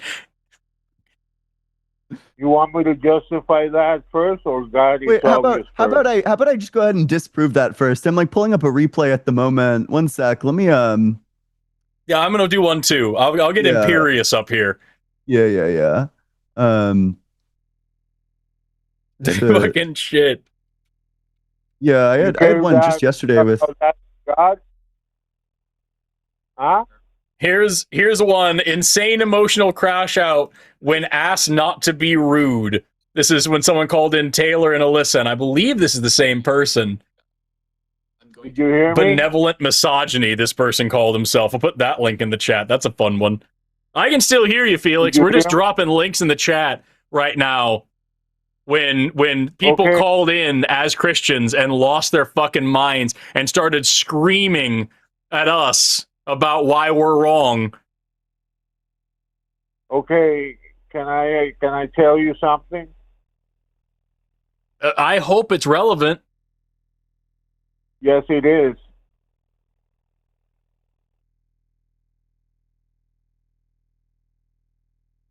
And it is? And what is the thing? Okay. Do you think that is more important, that issue, than God's existence? Genuinely no, but you said you were going to prove it, and I don't think you possibly can. It was an objectively funny thing for you to say, and I'm going to make sure that we address it. Because otherwise, what's going to happen, Felix, otherwise, what's going to happen is we're going to talk about God's existence. It's not going to go anywhere. It's going to be about as productive as the rest of this call has been. We're going to end the call because we have shit to do. We have other people waiting on the line that might be serious. And you are going to then say, see, they wouldn't even let me get to my point about Christians being patient. That proves to me that I'm more patient than them and validates my claim. So I'm not letting you get away with it so you can play bullshit games after the call ends. We're going to address this one first. Wait, sorry. Okay, I don't know. The conversation might have moved like way past this, but I just found like a good clip that I can just play over my mic about. Yeah, like, do it. Yeah, this is from yesterday. Need to have some concept of it to believe in it. Okay, Felix, you're not the one talking right now. Listen. Do you believe in Fergal, Burgle, Minergal, Burgle? Do you believe in Fergal, Burgle, Minergal, Burgle, or would you say you have no clue what that is? You guys are dumb. I'm out of here. I accept your surrender. He hung up. Yeah. Thank you. There you go, Felix. Wow. That is a clip. That is a clip from yesterday's show, I believe, wasn't it? Yeah, just yesterday. Yes. So that is a clip from about 24 hours ago of a Christian getting frustrated and hanging up on atheists because he lost his patience. We have disproved your claim. Do you concede the point and want to say that you were wrong about that? Okay, I didn't hear what was said. What was You said? said, "This is dumb. I'm out of here." Matt Dillahunty asked him, "Do you believe in Fergal, Burgle, Minergal, Burgle?" And he said, "This is stupid. I'm out of here." Do you know why Matt said that? Yeah, it's because the conversation was about whether or not you can believe in something if you have no concept of that thing. So Matt was demonstrating to him that he can't believe it. He doesn't believe in that thing because he doesn't know what it is. And likewise, because he has no concept of God, he can't believe in God either, since God's ways are so much higher according to the Bible. That's the context of the clip. Matt, So Matt was correct and I was incorrect. That is your conclusion? No, Forrest and I are correct. And that's demonstrated by the clip wherein Matt says something and then the Christian crashes out and leaves. His patient falls apart instantly. Where was the Holy Spirit? You know, the Holy Spirit's sitting in the corner with his dick in his hands. He's not fucking making anyone patient. Dick literally in his hand through the stigmata. Okay, can I prove you wrong? Can't. I would love for you to prove me wrong. Prove that the clip that the clip that Ian just played doesn't exist, Felix. Yeah. No, I'm not saying the clip doesn't exist. I'm saying it's not true. It's not true. What about it isn't true, Felix? And I swear to fuck, dude, if you say that guy wasn't a true Christian, I'm going to take you even less seriously than I already do, which will be a monumental achievement. Okay, I'm assuming that he is a Christian, okay? Mm-hmm. And he said what he said. And that he said what he said. But I'm saying that he is more patient than any atheist normally. But that's not true. Do you say Why not? normally? So Yes. your claim is, so just to be very clear now, you have now moved the goalpost to say he was impatient this time, but on any random given day, on average, he's more patient than an atheist. Is that what you're claiming? Correct. And your evidence for that in this person's life is what? It's what I told you in the beginning of the show. Remember? You're not fucking serious, dude. You're not fucking serious. You remember? You remember what I told you? That you were going to do like 2 propositions? Yes. And What else? about it? And what else I said? I don't know. There was like an entire conversation. You're going to need a bit more specific.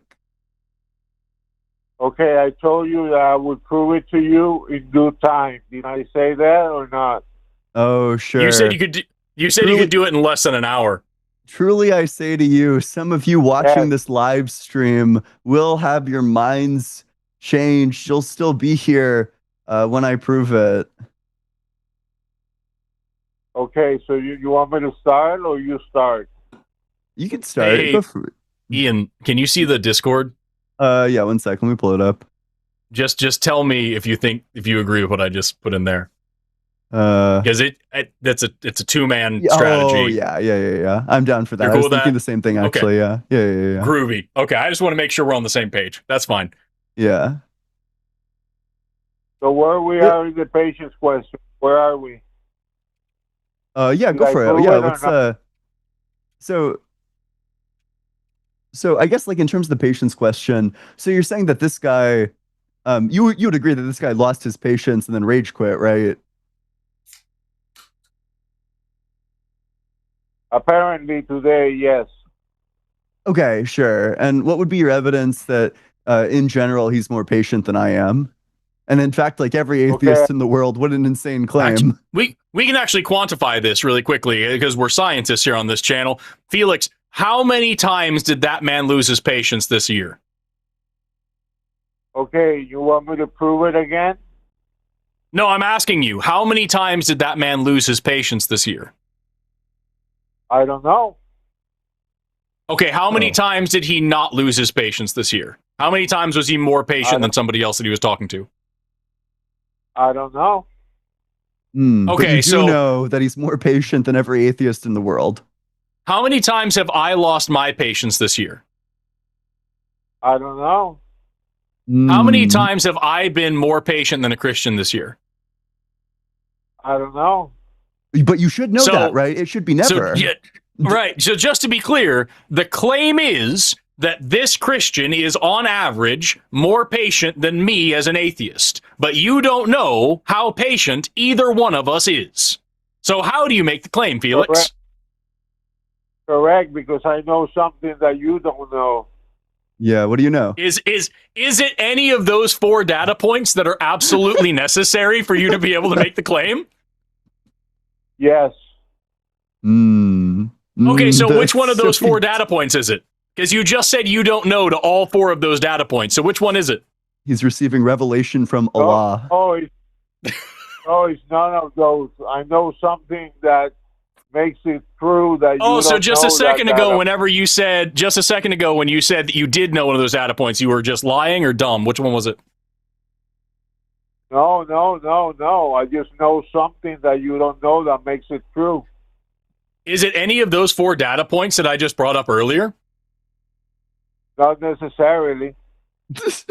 Which one of those 4 data points would you be able to not know and still know the answer? I don't need any of those data points. Can you to know repeat the back answer. to us what a single one of those? Do you even remember a single one of those data points? Which were the 4 data points that I just laid out for you that you said you didn't know? I remember there were 4, but I don't remember exactly each one. No, you weren't listening or paying attention. Hey, just really quick, this is an example. If I say that I'm taller than Ian, what are the 2 points of data that I must know in order to validate that claim? The height That of you are Forrest and the taller? number of days it took for Jesus to rise from the dead. That must be what it is. Felix, what's the answer? What are the 2 data points that I must know? That you must know. Yep. Okay. At How would we least determine you if don't Forrest need- is taller than me? There's 2 Right, things we there- need. What are the 2 things? There exactly 2 points of data must be known for me to say that I am taller than Ian. What are those 2 points of data? At least you need to know the point I know that you don't know, and the other data points that I would tell you now. This Nope. guy's the fucking goat, Wrong, dude. Wrong again, Felix. Yet another thing that you don't know dick about. Let's we try gotta- an easier one. If I say that there are more months in February than there are in January, or more months, fuck me. More. If I say there are more days in the month of February than in the month of January, what are the 2 numbers that I must know in order to validate that claim? You must know the data point that I know that you don't know and Ian doesn't know, and the data. Did you call him Ian? Ian. Ian Rand is on the line. Ian, who I am. Oh man, that's funny. Okay. Oh, Gosh, I'm almost curious, Felix. Okay, I'll bite. What's the thing that you know that we don't know? tell me. Is it going tell to be me the the thing you resurrection know. of Jesus? Is it going to be like the fucking like look at the trees? You know, I'm even prepared for like some like horrible personal story. What I came here to prove. So the Yeah. point What that you you need to know know. that we don't know is what you came here to prove. So in order for me to know whether or not I am taller than my co-host, I must first know the point that you came here to prove today. Is that the claim you're making, Felix? Correct. Okay, and now follow-up question. Is it actually, and I mean this sincerely, is it actually like the situation that every time you say something that's dumb as all fuck, somebody brings you like a delicious sandwich? Because I'm trying to figure out what the motivation is. Like, do you get like a platter of warm mac and cheese every time you say something incoherent and stupid? Or is it just like a pastime? Or is it like something, is it a kink thing? Maybe. I gotta know what's going on behind the scenes here. I don't know what you're talking about. So I it's grant not that. mac and cheese or it's not a sandwich. That's true. I believe you don't know what I'm talking about.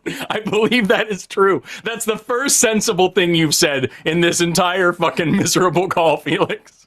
I grant that. Yeah, I don't know. It's like every time he was like, I don't know, fucking spitting. Yeah, that's so true. Spitting. There's never been like truer things said about Felix than he doesn't know. Oh, man. Hey, Felix, really quick, I have a couple of questions for you. How many inches are in a mile?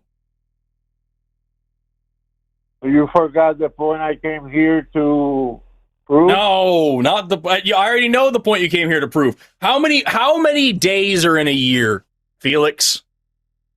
So what is the point?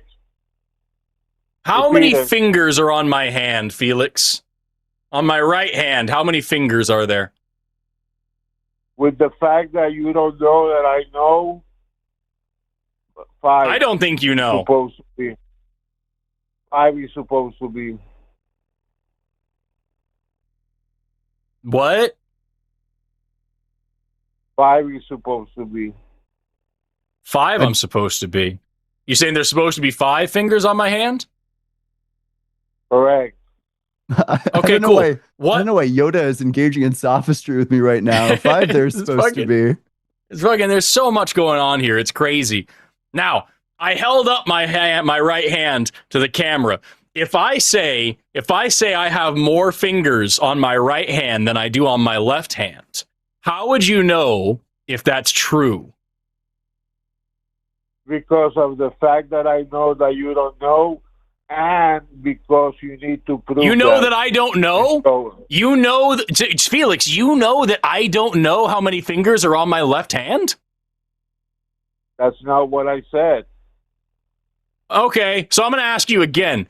If I were to tell you that I have more fingers on my right hand than I do on my left hand, and you see that I have 5 fingers on my right hand, then how would you know whether or not I actually have more fingers on my right hand than my left hand? What would you need to know? Okay, I would need to know the fact that you know that you don't know that I know, and evidence. There's no way he's not a see- troll, dude. There's no way he's not a Wait, troll, but it's too wait, let's- funny to stop. Let's just get super linear. Felix, what's the fact that you know that we don't know? What's the fact? Oh, it's what he called in about. What That's I- what he said. He said the thing that we don't know that he knows is what he called in to tell us. That's not a fact. I just want to know what the fact is. Why is that not a fact? Because it doesn't form a proposition. What did It's I not a say? complete sentence. It's not like a statement about reality. In order for it to be a fact, it would need to be like a statement about reality, a complete sentence. So what's the fact that you know that we don't So know? what is the fact that I told you about that I came here to You won't prove? tell us. I'm starting to suspect it doesn't exist. You don't know what I know you told don't you. know, though, is what I'm telling you, Felix. I feel like this guy would have told you. kicked ass on like the playground when he was, I don't know, he was like coming up with like the new like rock paper scissors moves where you're like, oh, well, I have a gun that shoots through gods or something. but you don't understand. I have the thing that negates the thing that negates the thing that negates the thing, and also my dad's bigger than your dad. Do you have what's the fact, Felix? Come on. Back us Okay, up. the fact is,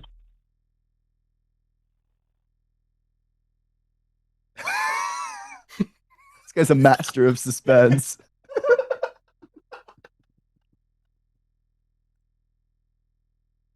can I That's talk? unreal. Yeah, we're waiting. Oh, we're it was waiting. so good. It was so good. Just the silence there was great. Fucking shit. I'm at the edge of my seat, Felix. I'm fucking dying here. It's at the edge of my welcome to the line. Do you ever hear that quote? Fucking the ticket gets the whole seat, but you'll only need the edge. That's what we're talking about today on the line. This fucking Alfred Hitchcock on the phone, y'all. We're gonna learn what's going on in the world of Jesus. Oh man, Felix, I don't think you know what I know. Can I talk? Can I tell you? No, you can't because you don't know what I know. You don't know I know. Okay, then I won't tell you. I'm trying to tell you. Tell me what. I'm telling you what you don't know. I know something you don't, which would explain the things that you don't understand here. Okay, tell me. I'm telling you. But tell me what I don't know. You don't. Then tell me so I can know. I did. What is it? It isn't. So it's nothing. No. Then what is it? It isn't what you don't know. It's what I know you don't know. Then tell me, so I can know. I did. You don't. What is it then? It isn't. There is nothing. No. Then what is it? Uh-huh. Then what is it? I did. You did what? Uh-huh. I just told you. What did you tell me? What did you just told me? You don't know what I already said because I said it already. Okay, then say it again, please, Why? so I can know it. You weren't paying attention the first time. Yeah. Maybe. So now what don't you know? What you told me, I don't know. Exactly. But if you knew, Okay, so then what you'd understand why you're wrong. Yeah. Oh, I'm I even more don't convinced that know. he's wrong after hearing the fact. Tell me. You have to tell me. I don't know. It might take some time. For some Yeah. people, it could take up to an hour. Yeah. Okay, doesn't matter. I'll wait. I have time. All right, you keep All right, waiting. I'm wait, going to put do you you wanna- back on hold for a little bit. You keep waiting, okay? Wait, Felix, before Oh, you no, go, here, Felix, before you Ian's go. got some. Yeah. Okay. Here's the fact. Are you listening? Do you have notes? Do you have like paper nearby? Yes, I'm here. Booty, booty, booty, booty, rockin' everywhere. That's a good point. Okay, I hung up on him. No, I was going to put him in the queue. I was going to come check on him after a few minutes and see if he's learned it yet and if he's patient. Holy shit. Yeah, so what we said in the chat back here, so it was pretty... Either Felix was a troll or he genuinely just was so far up his own ass he had fucking gotten drunk off the methane fumes. And basically what we had said in the producer chat back here was like, I'm just going to continue fucking with him because I take it so unseriously. And I was going to put him back in the queue and check to see if he remained patient after a few hours. You know, that was my goal. Oh, for God, Felix. I fucked it up. Sorry. No, you're fine. Mistake. I was just being stupid at the end, so there's no way you could have known. Yeah, gosh. That's that guy's great. That was like it, sometimes when you're playing a game, they'll have like a training dummy and you can just like practice your like sick moves on it and it kind of just stays in the same place. I feel like Felix is like the debate equivalent of that, where he just does nothing and says nothing and you can kind of do whatever you want. Right. It's just going to be weird. Yeah. That's great. Okay. Well, you all can thank Ian for freeing you from that hell. I know we had plenty of comments begging me to stop. No, it was too much fun. Is there a caller in queue that you're eyeing? I'm looking at... I am thinking 13 sounds good for both of us. 17 sounds fun for me, and I don't think that's the right one. Sorry, I'm looking at these ones. Sorry, I was looking at the other thing. 5 sounds fun for me. 6 sounds fun for both of us. And 8 sounds bizarre because of just the name there. Yeah, we could do. I'm fine with any of those. Cool. Let's do, because I don't want to be selfish, let's do number 6. Let's talk to Cliff. Pronouns he, him, who believes that God is real. Cliff, we're hoping that you're going to be a more serious caller than our last one. You're on the line with Forrest and Ian. And hey, I just want to say, by the way, that Felix is in the chat saying they hung up on me and I can't call back, blah, blah, blah. Sucks to suck, bro. Hey, Cliff, you're on the line with Forrest and Ian. How are you doing today? Oh, I'm doing pretty good. Glad to talk to you, I guess. Let's start off with the caller you had before, the knucklehead there. Yeah. I want to give you James 1:13. James 1:13. James 1:13. Let no man say when he is tempted, I am tempted of God, for God cannot be tempted with evil, neither tempteth he any man. So just clarify that. Hmm. All right. Wait, what's that? And what's that supposed to be a clarification for? It is for me. God didn't. But- God does not tempt any man with evil, and God Okay. cannot. God. God has an evil spirit. Yes, that is where God created all things. Are you just like reading did random create all verses, things. or Hold on. God created. what's the relevance all of the verse things. that So you yes, shred? God created evil. Yes, He did. Oh, But in the beginning, that doesn't seem God all created good. man perfect.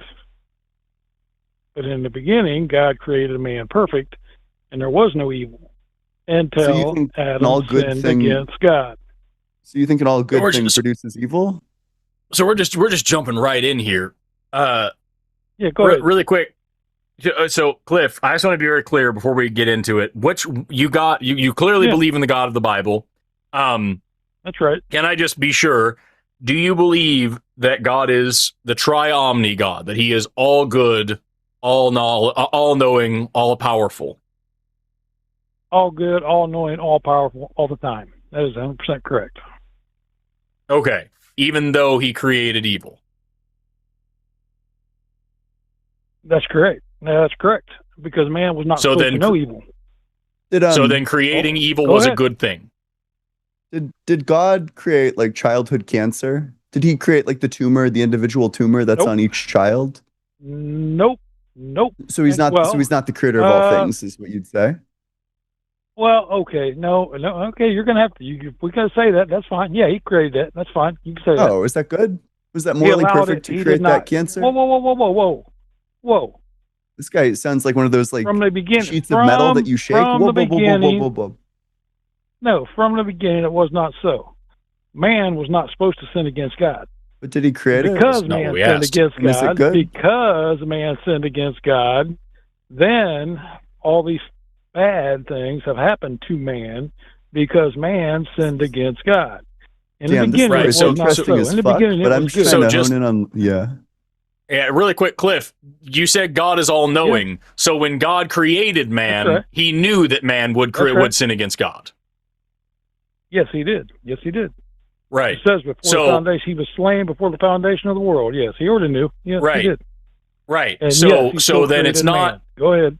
so then just to be clear, the childhood cancer and all that stuff, that was still part of God's plan from the very beginning. That's not man's fault. That's God set it up that way on purpose, knowing that's exactly what would happen and that's what He would have to do. Nope, you're wrong. No. So Oh. God didn't. So He knew God what was doesn't know gonna- he everything. knew- No. God knew No, it what sounds like a was going helicopter. to happen. It was not God's plan for any child to have cancer. But because of our Okay, so sin, then humans. children do have So cancer. humans are so powerful. Humans are so powerful that we were able to change God's perfect plan. No. Let's It needs let's to just be have. one of them. You like that? Can we do? Yeah. Let's do a fun little syllogism. Let's Go do a ahead. fun little just logical Let's go walkthrough ahead. here. Yeah. Is it possible for me, like the last time that I sinned, was it possible, logically possible, that I could have chosen freely to not commit a sin? Yep. Okay. And the time before that, and the time before that, and the time before that, right? Yep. So is it logically possible then? It's extremely unlikely, but it is logically possible then that I could, for my entire life of my own free will, choose never to sin. I just burped a little bit, excuse me. I don't. Since Adam sinned, no, I don't think so, because we've all sinned. So it's For all log- sin come short of the so- glory of God. So it's But logically because of impossible. One man's sin, not your fault. So it's logically impossible for me to live a sin-free life, and it is not my fault that that's the case. So for no fault of my own, it is impossible for me to be free from evil and free from punishment. That's correct. Right. Does anything happen that is not in accordance with God's will? No, Great. he will allow. Well, is- hold on. There is God's permissive will and there's God's perfect will. Will God allow it to happen? yes, he can allow it to happen, but his perfect will is not that it to happen. In fact, I can take you to 2 different places in the Bible. You can look them up, because neither of these hold on. This distinction doesn't matter for what I'm trying to explain to you. Okay, go ahead. So, just to be clear, you already said God is all-knowing. He knows every single thing, past, present, and future. He knows 100%. all possibilities. 100%. He knows all 100%. possibilities, even things that haven't happened before. He knows what would have happened if this and that happened, right? He knows all possible worlds. There you go. Thanks. Say that again. Say that one more time. Yeah, he knows all possible worlds. He knows all possible outcomes, right? Even though it didn't happen. It could have, but it didn't. Yeah, go ahead. Thank Exactly. you. Exactly. Go down that. So, so now, logically speaking, I'm just going to using everything you just said, God could have made a world where Adam and Eve never sinned and nobody ever sinned and everything was perfect forever. That is a logical world that could have existed. And he knows exactly how to do it, and he could have done it, but he chose not to. He made the world on purpose in such a way that Adam and Eve would sin, knowing that that would happen and knowing every possible thing that would happen after that, including my entire life. And now, because I was born by no fault of my own, I am now trapped in a world that God created on purpose, knowing every possible alternative, so that I am incapable of living a sin-free life, and I must be punished for sins that I am not responsible for, and God is. Your God is a monster who made the world wrong and then got mad about it and is punishing us for his mistakes. No, he didn't make it wrong. Man chose to sin against God. God knew it was going to happen. Let me ask you a question. If I get in my car, Cliff, if I get in my car and I see this, the readout on the display says that I have 50 miles left in my tank, and then I try to go on a 100-mile trip, and I run out of gas in 50 miles, was that my fault or the car's fault? Well, I think it's your fault. Go ahead. Damn right. I think it's my fault too. God knows everything, including every possible reality. God knew every single part of what this reality would be. He made it this way anyway. Yep. It is his fault that these things happened. He could have changed it. It is nobody's fault but his. No, it's not his fault. No, it's not his fault. It is sin's fault, because he made us perfect in the beginning. We chose to sin. And I started my car. I started my car perfectly. And you chose. I could have changed. And you chose to drive. I could have changed the situation. That's right. Yes, I could have changed the situation. Drive 100 miles. I knew the situation. I knew that if I drove less than 50 miles, it wouldn't run out of gas. I knew that if I drove more than 50 miles, it would run out of gas. I know both possible situations. I chose the situation in which the car runs out of gas. Therefore, the car running out of gas is my fault. God knows every possible reality, including realities in which nobody ever sins and nobody ever dies and nobody ever goes to hell and the world is perfect. He chose to make a world where that didn't happen. He knew every single bit about why that wouldn't happen and what would cause it. He made the world that way anyway. He started the car. He drove it where it went. It ran out of gas on his watch. It is his fault. No, you started the car and you drove it, knowing and God that it started was the going to run out of timeline. gas. Like, why aren't you tracking? I think you are. Yes, I think you are fundamentally misunderstanding how hypotheticals work here, Cliff. In this hypothetical situation, in this analogy, I'm God and the car is the state of the world. So because I have control of the car and I know what situations will arise depending on how I drive the car, what happens when the car is driven by me is not my... You're already fundamentally wrong. What's wrong with what I just said? Because you created the car, correct? You created the car, so it was not going to run out of gas. It hauled a full tank of fuel. You weren't worried about it running out of. The reason it ran out of fuel if he is just gets in there and changes somebody the in there hypothetical decided totally. to sin. No, I didn't. I didn't realize that my gas mileage was based on sin. Well, guess what? It's a really simple sin. analogy. It's a really simple analogy, Cliff. And I'm sorry I'm hogging this call, Ian. So Really, really simple analogy. I am in control of the car. It doesn't matter where the car came from. I see that it has 50 miles worth of gas in it. I drive at 100 miles. It runs out of gas at 50. That is my fault. God's in control of the world.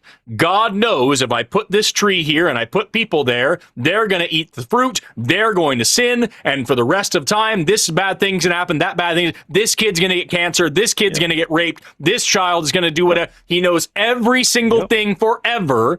He made it happen anyway. He did it on purpose, and nothing happens that goes against nothing happens that goes against his will. You said it yourself. Nothing happens that he does not condone.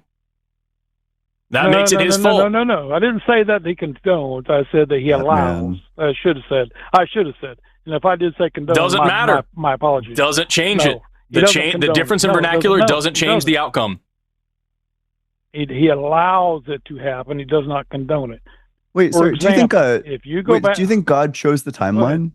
Did God choose the timeline that He was going to create? He said yes. Yes, 100%. He chose timeline. Yeah, sure. Could God have chosen a different timeline? Well, yeah, He could have chosen a different timeline. Could God have chosen the timeline where Adam and Eve don't sin?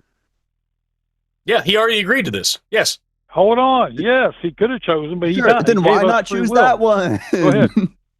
That's exactly what I'm saying. He gave us. Hold on. Because He gave us free will, same as He did. Would we still have free will if He because gave a timeline where we don't have free will? Sorry. Would we still have free will in the timeline? Like, let's say God makes the timeline where we have free will, and then we freely choose not to sin. Would we still have free will if God chose to make that timeline? Yeah, if we chose not to sin, that would have been perfect. That's what we're supposed to have been. Sure. So then, could God make that timeline? We chose to sin. God could have made that world. Yes. And God knows, not forced, not forced, Cliff, not forced. Yes, God could have made a world. God could have made a world where Adam and Eve, by their own free will, freely chose not to sin. Nope, not by their own free will. You just said if He makes it.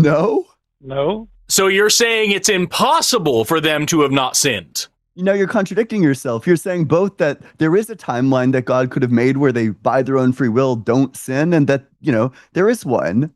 There both is one and isn't one.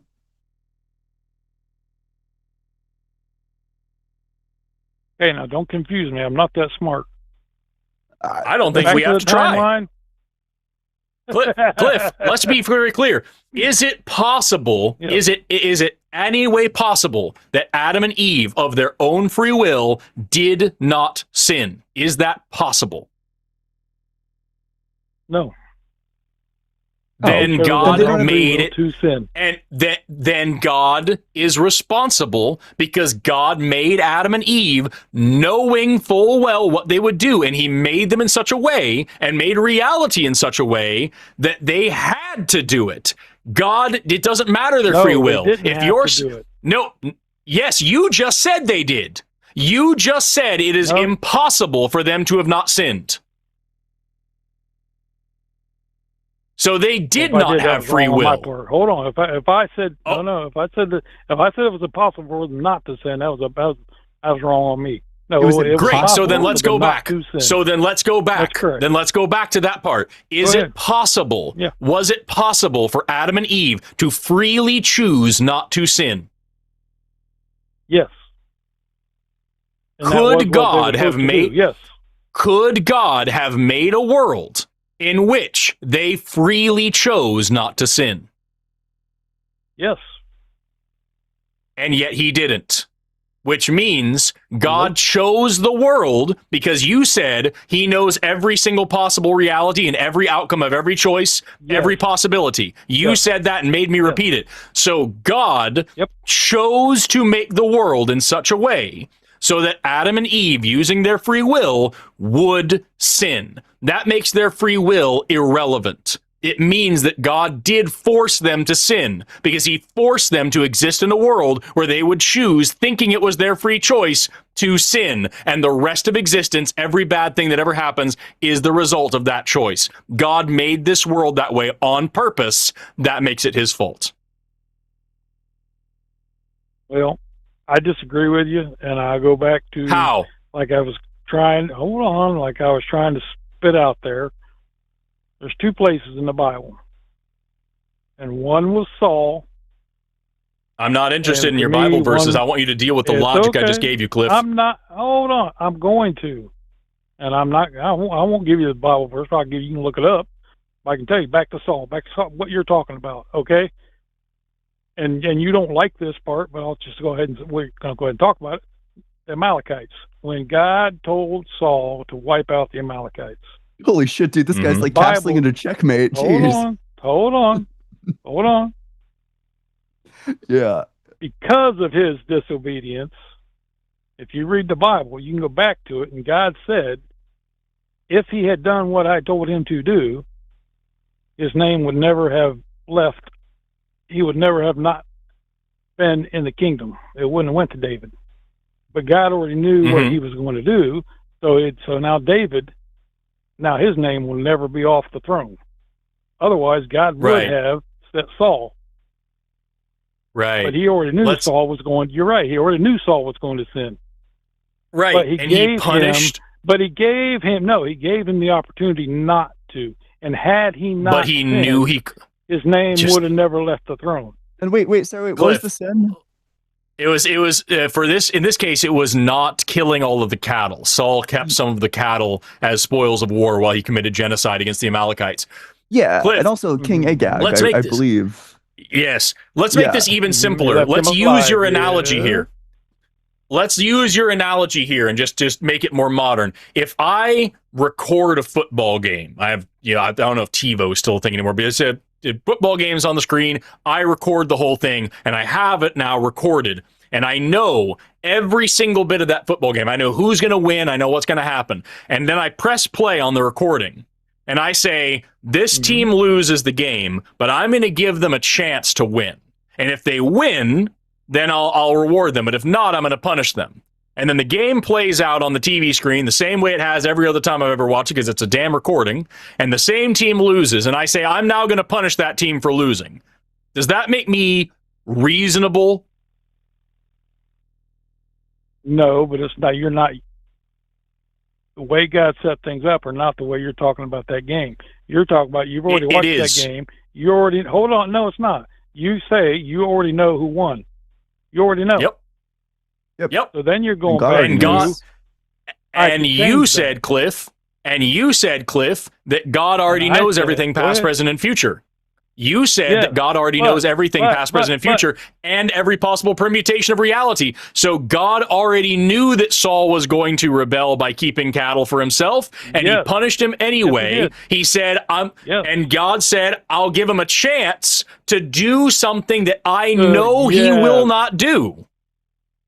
You ever heard of giving someone enough rope to hang themselves? That's where it came from. There you go.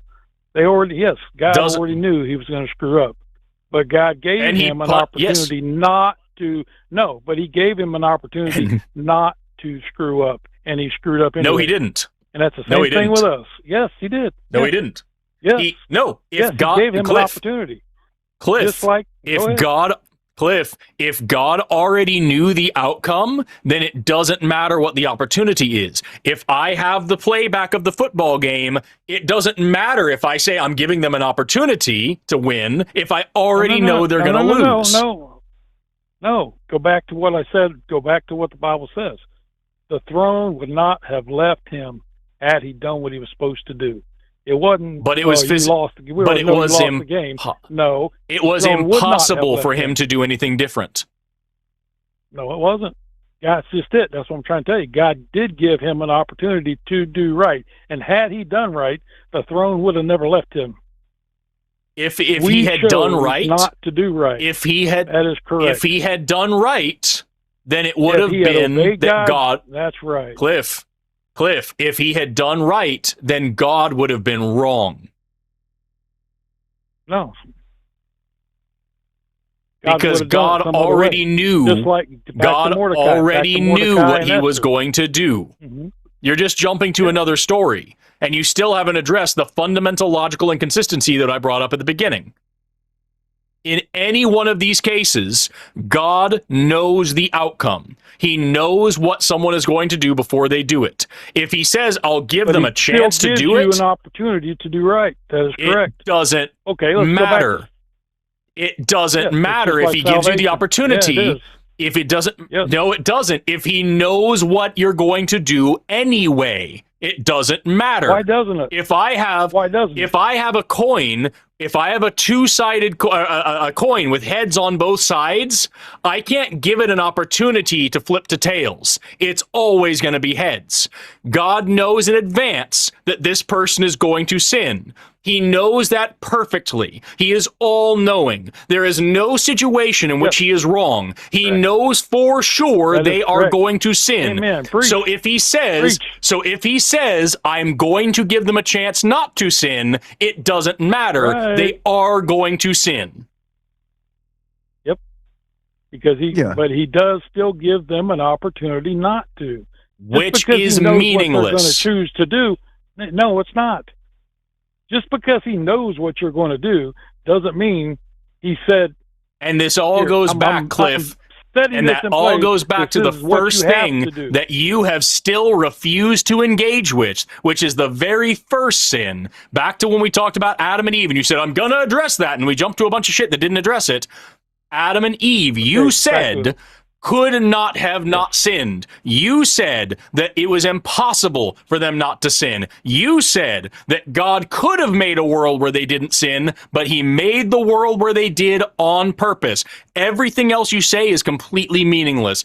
God knew for sure that they were going to do that. He made them that way on purpose. Their free will is meaningless because God forced them to exist in a reality where they would sin. Therefore, free will means nothing, choice means nothing, none of it means anything. It is all God's will, which you said is perfect and complete and nothing ever violates it. All of it is God's fault. No. Then I'm wrong. Gosh, well, why didn't I just think of no? Oh, yeah. Have you considered nuh-uh? Nuh-uh, though. Do you have like a substantive rebuttal? No. I was wrong with what I said about Adam and Eve. That's my bad. But you have like a substantive rebuttal to what Forrest just said? Do what? To what Forrest just said? Do you have like a rebuttal? Anything that isn't nuh-uh? Oh, yeah. I know you think it's wrong. You have like... What part was wrong? What part was wrong? When God created Adam and Eve, God created Adam and Eve perfect. And had they not sinned, sin would have never entered into this world. They did not have to sin. They chose. This is exactly what you said. Right. So now we'll ask the same question again. Could God have made a world in which Adam and Eve freely chose not to sin? No, because that would have been forcing them not to. No, I'm saying you said, Cliff, that God knows. You said, Cliff, that God knows every possible reality, every permutation of every possible choice, which means he could have made a universe where they, of their own free will, chose not to sin. That wouldn't be forcing them. He could have. That's letting them use their own free will, right? That's right. Yep. Yeah. Could have. He could have. And yet, he made the world. And yet, he made the world knowing that they would sin, and he made them that way anyway. Yes. So yes, he forced them to sin. No, he didn't, because had they not sinned, none of this would have happened. Cliff, give them it's just around and around and around we go. By the way, Cliff, just to be clear, when you said a minute ago I was wrong about what I said, and actually I got that wrong, you just said the exact same thing again. So you're still wrong, apparently. Cliff, do you think that God made the best possible timeline? Do I think God, what the best possible timeline? Yeah, the best timeline. Did God select to make the best possible timeline? He could have made any timeline. He chose this timeline. Did he choose the best timeline that he could have chosen? Yes, he does all things good. Yeah, sure. Okay, so God made the best possible timeline. And there is a timeline where Adam and Eve, through their own free will, don't sin. So they have free will, and they just, with their free will, they freely choose not to sin. God didn't make that one. Which timeline's better? Is the better one timeline without our sin or the one timeline? with sin? Yeah.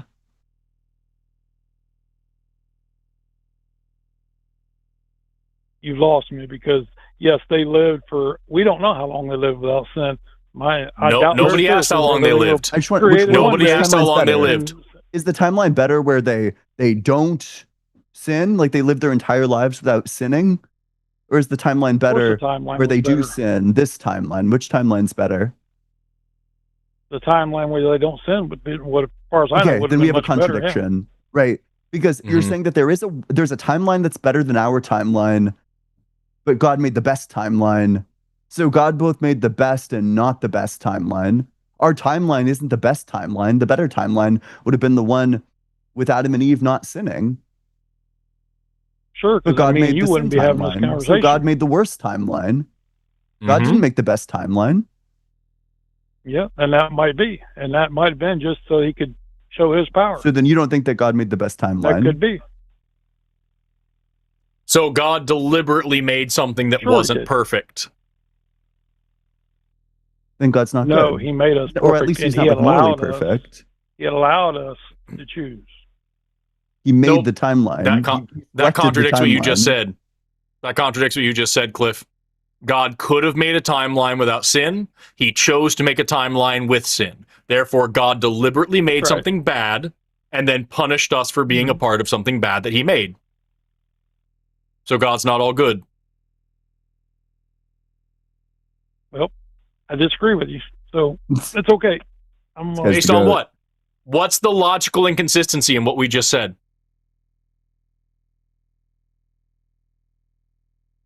Because God is good, for one, and I can't. The conclusion. He rejects the conclusion. You know, he accepts that Socrates is a man, and he accepts that all men are mortal, but he rejects that Socrates is mortal. Right. We're laughing at you because you are doing this funny thing called begging the question. I'm begging the question. Okay, go ahead. You're doing this thing called begging the question where you're saying God is all good. Therefore, any evidence, including your own logic that you have agreed to that proves that he's not good, must be somehow wrong. And you have no reason to say that it's wrong. You have no counter evidence. You have no new argument. You just say, well, God's good, so fuck it. God's good. This is what we call dogma. Yes. This is what we call dogma. It's okay. You can call it whatever you want. Let me ask you, Cliff, is there anything at all that I could not believe based on that reasoning, based on the kind of thinking that you're giving us here today? Is there anything at all that I could not believe to be true? Sure. Well, you can believe whatever you want to believe. Whether you believe it's true or that's not what I not. asked you. That's not what I asked you. Okay, well, I'm confused. So go ahead and tell me what you're asking me. I asked you, what you have given us here today is that no matter what logic or reasoning says, not even your own logic, nothing at all will disprove that God is good. You have decided that God is good, so no matter what we say, and no matter what you say, and no matter what you think, and no matter what logic says, even your own beliefs about God, none of it can possibly disprove that God is good. So I'm asking you, based on that kind of thinking, that simple dogma, this is true because I said it's true no matter what, is there anything in the world, anything at all, that I could not believe in? Is there anything that you could not believe in? Yep. Well, sure. Sure, there's stuff you can't believe in. You don't want to. What? What? Like what? God gave you a free will. But what's the thing that I can't believe in? And so here I there's a God in heaven. You obviously and using your logic, you say you don't, and using your thinking, Cliff. There's a God in heaven. Using your thinking, Cliff, I can say God did not give me free will. And there's nothing that I can say, nothing you can say, nothing anybody can say to prove it differently. I can say there are leprechauns living underneath my house, running little steam-powered motors, and that's what's powering my computer right now, and nothing you could ever do could disprove it. Does that make my thought process reasonable? Nope. Is that a good way to live?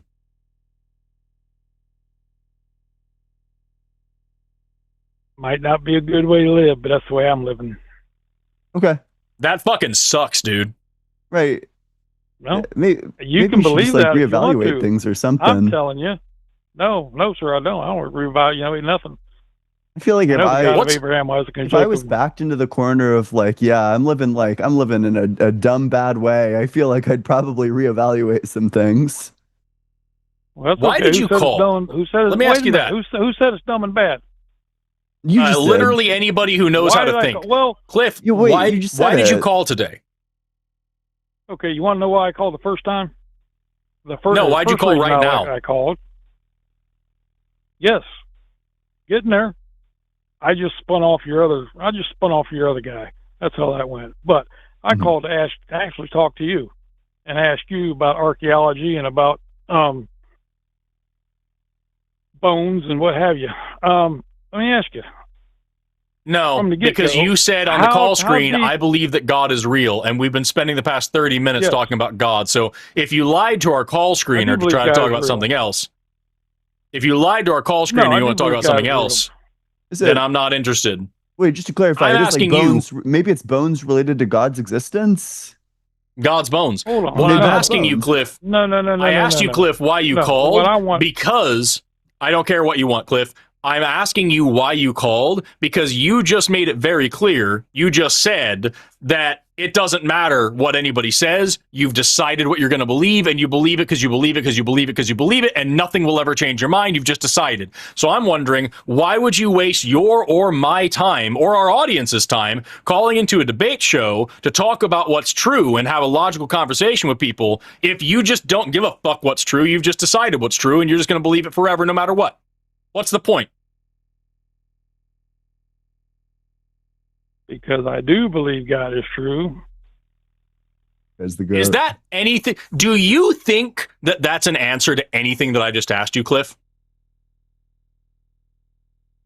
Sure, because God is truth. So go ahead. What Truth question? No, new. I'm just one more thing. Cliff, what question did I just ask you? Why I called in? Elaborate.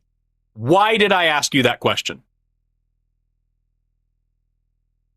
Because we spent the last 20 minutes, whatever it is, going off on this tangent, when in reality, I wanted to ask you Wrong. about some archaeology stuff. Wrong. That is not why I Go ahead. asked you that question, Cliff. So you weren't paying the fuck attention. So I'm going to need you to focus in here. And I'm going to ask you the same question for the last time. And if you aren't able to answer it, I'm going to move on to somebody with a brain. So, Cliff, last time I'm going to ask you, you have decided what you believe. And you have made it clear that nothing will change your mind, not even your own logic. You have to believe it because you believe it because you believe it, and there's no point in having a conversation. So why did you call in to talk to people about God if this conversation doesn't matter and there's nothing that will change your mind? Why did you choose to waste your and my and Ian and 30,000 people's time? Because it's not my mind I'm trying to change, it's your mind. Yeah, great thought. You're going to change my mind by giving me bad logic, bad arguments, bad reasons for believing things, and you even admitted that using your line of thinking, I could believe in fucking leprechauns with steam engines powering my computer right now. Great strategy, bro. Hey, if your God is real, why the fuck did he send you to make such a fool of yourself and make your religion look so dumb? Well, probably because he told the other people not to answer foolish and unlearned questions. And you didn't get the memo? He didn't send the memo to you? No, I didn't. Oh, I got the memo. I just don't. Well, You I'm just not always disobeyed obedient. God. You just we're all decided sinners to here, I I'm guess. just not always obedient. You're just disobeying Yeah, God. I'm doing Who my gives a own thing. fuck, right? Yeah. That's, Yep. I mean, you don't give Well- a fuck. We don't give well, a you fuck. don't. Sounds well, good. you don't care, do you? Yep. See, Yeah, we don't Fuck care, your right? God and fuck you, dude. This is such a stupid thing for you to do. To just call into a show and tell people, hey, man, I genuinely don't give a fuck. I just want to say this stuff. So just fuck everything, right? Even my own beliefs. Fuck my own beliefs. I just want to say shit. What a dumb way to spend your evening, dude. Hope you find a life sometime, Cliff. Bye-bye. What a dick. Yeah, well, I don't know. It's just I think people don't realize like how much they're giving up when they give up something as fundamental as like I'm going to update my beliefs in line with logic. It's like if you're not interested in the project of like arriving at true beliefs with logic, it's like I don't even know why we're talking, right? Like it's like what the fuck are we doing here? Like I could that's what I'm saying. I could literally deduce God's non-existence right in front of you in like a proof that you like assent to and follow all the steps to, and then at the end of it you could just say no because you're illogical. Like Right. what's the point of any of it? That's like Felix called in and was dumb as a bag of fucking sand, but at least he was funny, right? Yeah. And we were able to sit here and laugh and have a good time. There's no shot that we were getting through to that dude because the dude couldn't follow a fucking conversation. But with Cliff here, Cliff's clearly aware. Cliff's paying attention. He's there for the conversation. He's just decided that no matter what happens, this is what he believes. And that's what's frustrating to me is we've got you and me. We've got, what is it, about 2,000 people watching live. And over the course of a week, these shows get about 30,000 views on average. So just literally everybody just gets to sit here and listen to this guy just say, I just want to say stuff. Whatever, man. And even at the end there, I mean, it doesn't really matter. God told me not to do this. The God that I'm sitting here dying on the fucking hill defending, he even said not to do this. But fuck it. Whatever. I can't imagine being so fucking bored. Yeah. Like, that seriously. sucks so bad.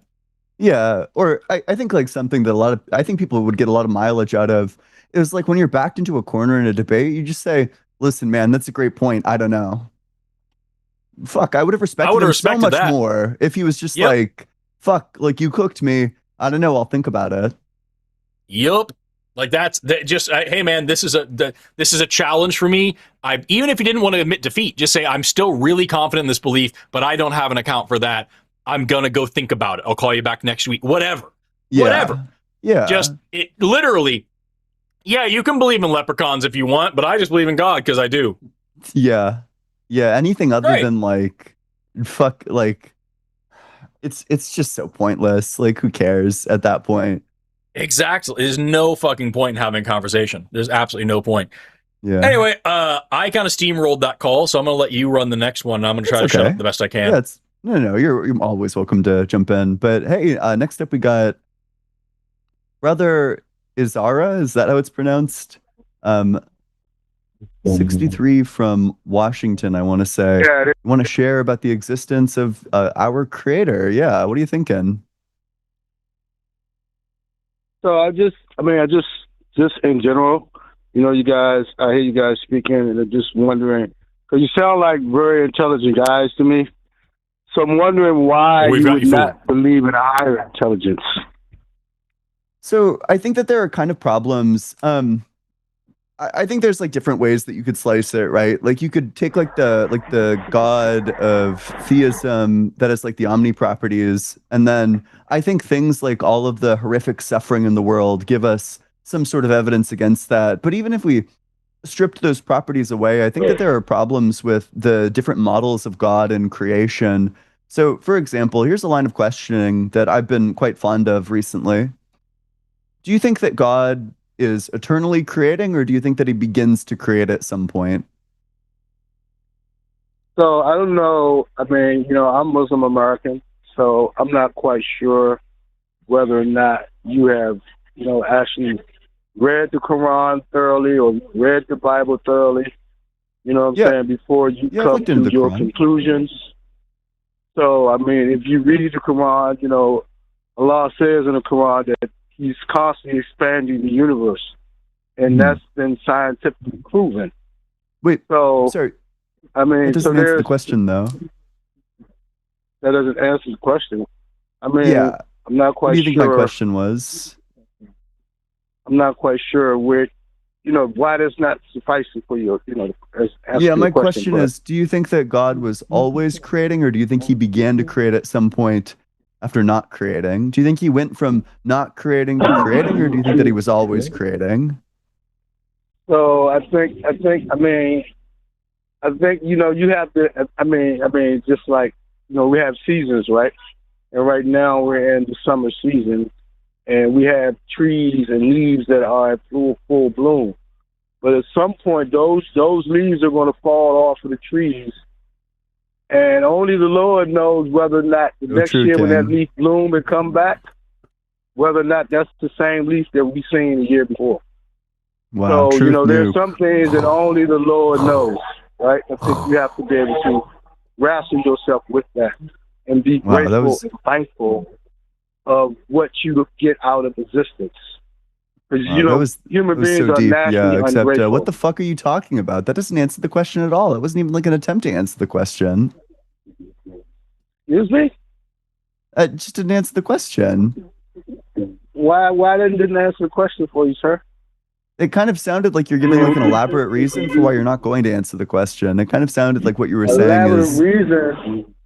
Yeah. No. I mean, you asked, is God constantly creating? And so my answer to that's that not even what I asked. It's just like, is he eternally creating? Is he creating without beginning, or does he begin to create? Is he creating without beginning, or do he begin to create? So, I mean, in that sense, you know what I'm saying? Every time you see a newborn baby, is that a new creation for you? You can't be serious. I'm just asking a question, bro. I don't believe in God. Is that a new I creation? don't think that this is a I'm creation not saying by that God, you if that's believe what in you're God. asking. Okay. So how do you think you came? How do you think you came wait, to sorry, your is there a mother and reason? father, right? Is it? I haven't looked into the Quran super closely, so maybe you could inform me of this. Is it morally permissible within the Quran to dodge questions over and over again? And if it's not morally permissible, why do you keep doing it? I'm not dodging any questions. I'm answering your questions. I just want, okay. Clearly this was like the wrong line of questioning. Do you have evidence that God exists? Your You should keep intelligence asking him the is same evidence question. It's that been God, fun. your intelligence is evidence that God exists. You're not believing in a higher intelligence. You're not believing in a higher intelligence is your intelligence is evidence that God doesn't exist. Yeah, and now we both said things. Excuse me? Yeah. I said your intelligence is evidence that God does not exist. And now we've both said things that make no sense. So you're saying that your intelligence is not evidence that God exists. If my intelligence is evidence that God exists, then all the tracking failures that you've been doing for the last like 10 minutes must be evidence against God's existence. Why would God design you with such cognitive biases that prevent you from like tracking the argument? Cognitive biases? I don't have no cognitive biases, brother. You're like riddled with them. No, never. You can't track the claim at all. Never. I had to ask you the question like 3 times and I didn't even get an answer. I can just use basic reasoning and common sense. Like the sun and the moon. I don't grant like that. The time of the day right now. Like the time of the day right now. Was the same time last year. The sun and the moon was in the same position was in last year. So somebody has a design. Somebody's keeping perfect time. I don't know what that is. You don't know what that is. But I think you should accept that something is, some intelligence is existing in this life. Now, you choose not to accept that. I like the fact that you said, I don't have any cognitive biases, and then immediately launched into the argument from ignorance fallacy. That is a good one. That's pretty iconic. I think, one thing for certain, one thing for sure, with your intelligence today, if there is a God and you don't believe in that God, you won't have an excuse for your ignorance of that God. Well, but what about all the contradictions in his existence? Use your reasoning to, to feel like, hey, I'm going to be grateful for this existence. To whatever gave me this existence, you should say, I'm going to be grateful. I am grateful to my mom. Know right from my wrong. Mom gave me my existence, and I'm very grateful to her for that. Do you know right from wrong? Yeah, I do know right from wrong. Yeah. Every time you did something wrong, you know you was wrong, right? I think except for the people who don't. Right, like I think that my morals have evolved over time. For example, a conclusion that I didn't want to accept for a really long time is that veganism is like kind of obviously true. You know, if you think that it's like bad to like abuse an animal, you know, if it's wrong to like beat like a dog to death with a shovel, then surely it's wrong to eat that dog after you beat it to death with a shovel too. So I don't know. That's something that it took me for a while to accept, and in fact, like I didn't even want to. I love eating meat, frankly, but you know, I think that I didn't always know that what I was doing was wrong. I think it took like rational reflection. You didn't know what you was doing was wrong. I'm talking about, you know, like we're like you know, like it says in the Bible, it says in the Quran, you know, say we all fall short. We all have sinned. And so like the devil asked God, like, are you going to create one who's going to commit murder and make mischief on earth? And God said to the devil, I know that which you know not. And you know what God knows about you, brother? God knows that you are an amazing human being, and you're capable of doing amazing and wonderful things. But you're also capable of being a disbeliever and ungrateful. No, I grant so that. That's what you're being right now, a disbeliever and ungrateful. Wait, I'm so sorry. Wait, do you think that it's right or wrong to beat your wife? Right or wrong to beat your wife? Yeah, is that you know right or it's wrong to beat anybody, right? You know that's wrong, right? Oh, but it doesn't seem so like Allah knows that it's wrong to beat your wife, because there's explicit verses inside the Quran that say that you can beat your wife. Specifically, verse 434 says that you can beat your wife. Okay, so yeah, I can read it to you. I mean, men are in charge of women by right of what Allah has given one over the other and what they spend for maintenance from their wealth. So righteous women are devoutly obedient, guarding in the husband's absence what Allah would have them guard. But those wives from whom you fear ignorance, first advise them, then if they persist, forsake them in bed, and finally strike them. But if they obey you, once more seek no means against them. Indeed, Allah is ever great and grand. So you don't think that's a fair proposition? Fuck no. What do you think would be? What do you think would be a fair proposition? Not. It's not even the same galaxy as a fair proposition. Are you married to a woman? It's not even the same. Are you married to a woman? Like, it's not even the same. I'm married to a woman. Are you married? I'm married. I have a girlfriend. Forrest is married. I'm married to a woman. Do you want to weigh in on this verse? Hold on. 1 minute, please. If your woman was asked you to wrong you, go sleep with another man, file your name in public, how would you feel? Would you feel like you could strike her? No. Would you feel like you could strike her?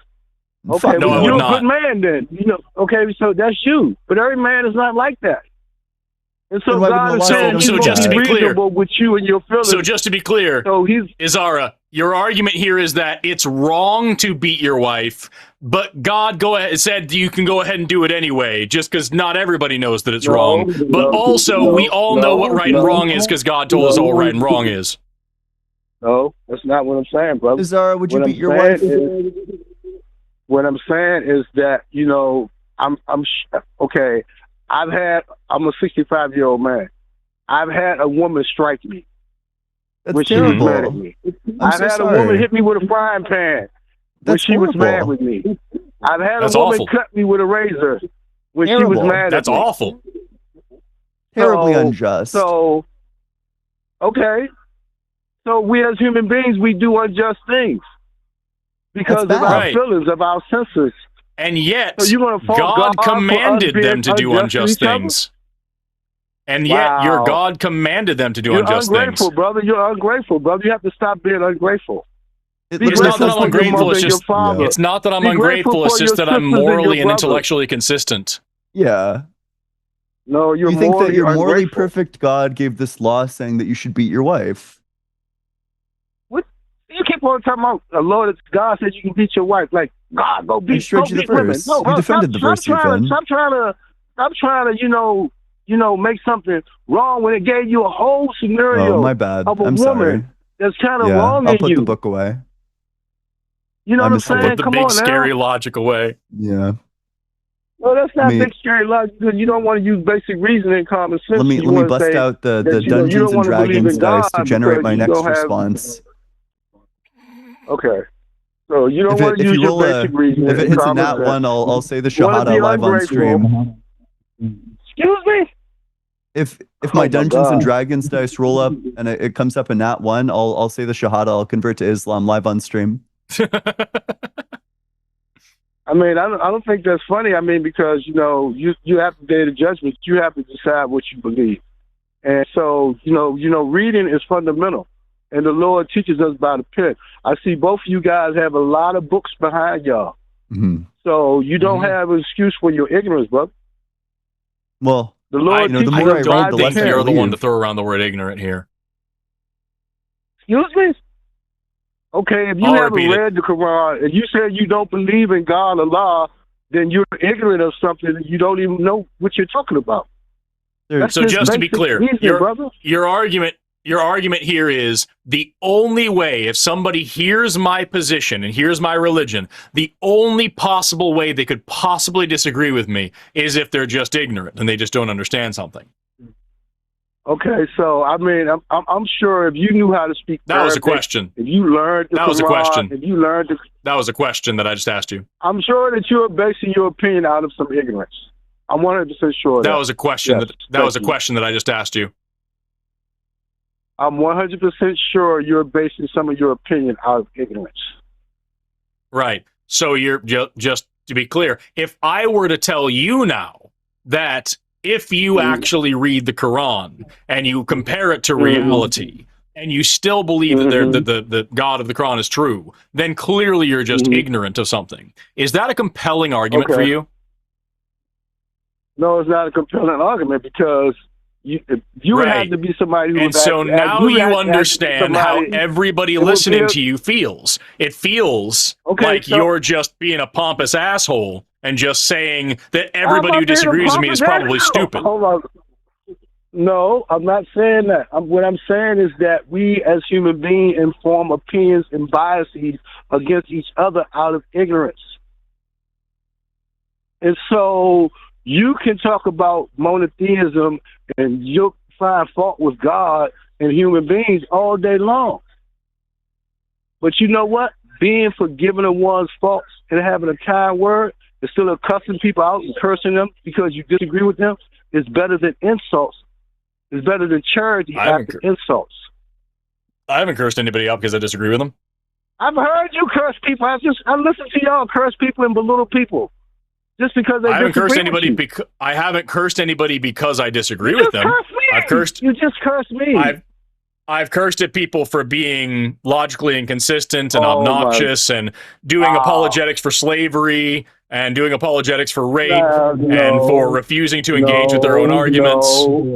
No. I'm sorry. I was supposed to shut up this call. Ian, you continue. No. Already said that we as human beings are going to commit sins. But you know what? One thing about everything that's in your room that you're looking at right now, there's one common denominator. You know what that common denominator is? Yeah. What is it? It's made of matter. Somebody thought of it. Somebody had the intelligence and the mindset to think of that mic you listen to, the telephone, the computer, the pictures you see in the room, the chair you sitting in, the bed you laying in. I suspect you're not going to address those. That's what puts you in the likeness of the Lord that created you. I wouldn't want to address that. So be grateful. I wouldn't want to address that either. Be grateful for that, brother.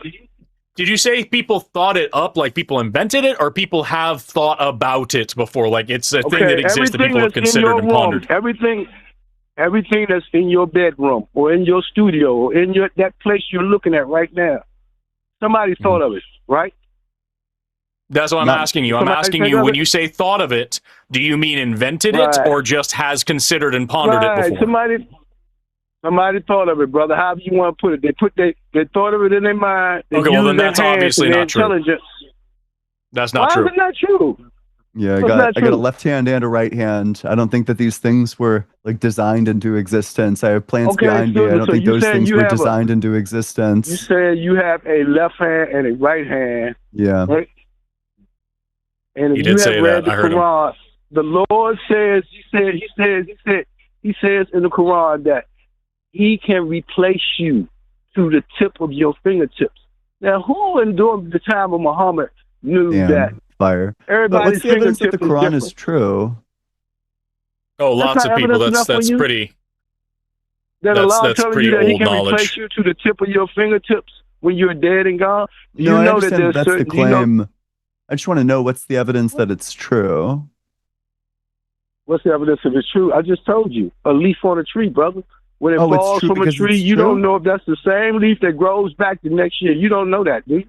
You know whether that's the same leaf that grows back? First of all, it's presumably not the same leaf. After it falls and crumbles from a tree? No, I would say pretty strictly that it's not the same leaf. How do you know it's not the same leaf? Because the leaf went out of existence, right? It fell down and it decomposed. So it decomposed, it fell down. So you're saying God can't bring you back when you're nothing? I'm saying that it doesn't provide evidence for Allah's existence. You're trying to give me reasons to think that you know how small the sperm. You know how small the sperm was that created you. You have any idea how small? How many chances? It's like 1 billion and 1. Do you know that one sperm drop from one man can populate the whole world? This seems to be like the Texas sharpshooter fallacy. I mean, one of them inevitably was going to get it. Mm-hmm. Wow. If it wasn't me, it would be somebody else. They might even be Christian. Did you know, by the way, I just took 2 seconds. You were talking about fingerprints and how nobody could possibly know that. People in China were using fingerprints as like signatures to identify each other about 400 years before the Quran was written. So it turns out that's an old knowledge too. Okay, so I mean, the truth is the truth, and the truth is the light. Certain truth don't change. Yep, so, and the truth is that your God doesn't exist. Yeah, we just have zero evidence. Good evidence. That would just be like saying you don't exist. That's just like saying I don't exist. Well, wait. No, those are different things. Can I get Allah on the line to get like the counter argument? Can you give the rebuttal? You think you just Wait, can we pray to Allah? Hey Allah, if you exist, can you come down here and give the sick counter argument? Hold on, brother. Do you think man just thought of themselves? Is that your belief system? You think you just thought of yourself, right? No. No, I was born. Did your mother and father think of you? I think that they didn't think of me. I think that they thought of me after I was born. They thought of you, didn't they?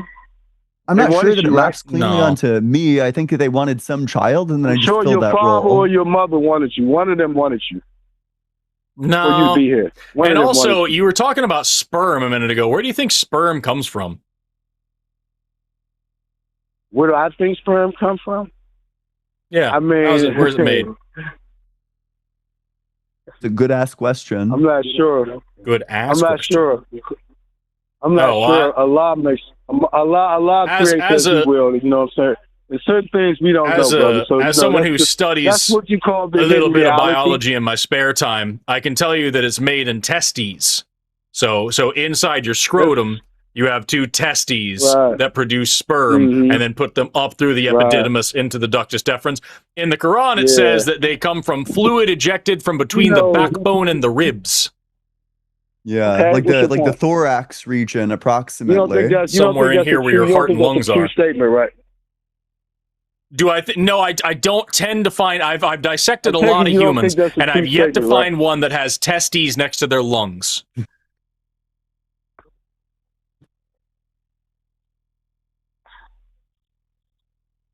You don't think that's a true statement, right? As I just said, I've dissected a lot of humans. I've yet to meet a single one who has their testicles next to their lungs. All right, brother. I mean, hey, I'm just one guy. Maybe you want to look for contradictions and you know fallacies and with. It's called thinking. It's a lot of fun. Do you want to address it, right? Like, is your answer really like monotheism beliefs to throw your hands up? Judaism, Christianity, and Islam, they're connected in faith and civil society. That's too bad, man. It really is just a pivot to whining. So yeah, it's crazy to me that you can say. Thankful. It's crazy to me that you can say, look, there's this thing in the Quran about fingerprints. That's proof, because nobody could have known that. And then we bring up that they knew that hundreds of years before the Quran was written, and you just go, okay. And then we talk about something that's very clearly scientifically inaccurate in the Quran, that's not where sperm comes from, and you say, you just want to look for contradictions, man. It sounds like, just like the last caller, you don't actually have any logical or reasonable grounding for anything you're saying. You just want to believe it because you want to believe it because you want to believe it, and you don't know where people came from, so you just say some guy must have made us. Right. The intelligence of the day, like AI, right? If you do little Google analysis, Chat GPT, you know what I'm saying? You'll learn a lot, bro. You should try it. And just I think that yeah, your problem, I don't use AI. I don't use use AI to learn things because I'm not an idiot. Okay, brother. So you might have to be, you might have to get a job. You're young enough to get a job building robots. So you need to really think about that. You have a job building robots already? Yup. And you don't believe in God? And you build robots? I'm a software engineer, actually. Wow. Wow. Like, You build robots and you yeah. don't believe in God. So I guess, hold on. If you was a Christian, would you save Jesus? Nope. If I was a Christian? You wouldn't save Jesus? No, Okay, if I knew would you save Jesus? If I was a Christian, I would be a completely different person, because even if you could prove to me that Would you Jesus was say real, I would Jesus? never worship him. Okay, but I'm just saying. But if you was, just say for talk. Being the person that you are, and how you feel about life and everything else, would you save Jesus? You're saying right now? save, as in like protect him from danger?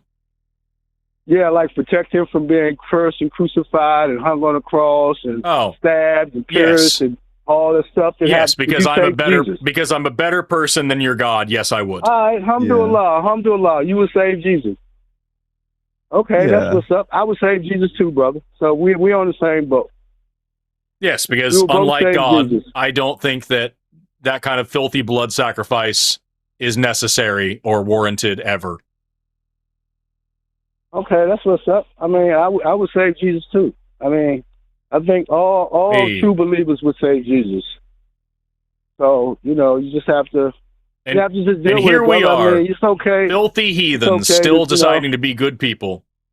Imagine that. Filthy heathens? What are you talking about, brother? You're a good person.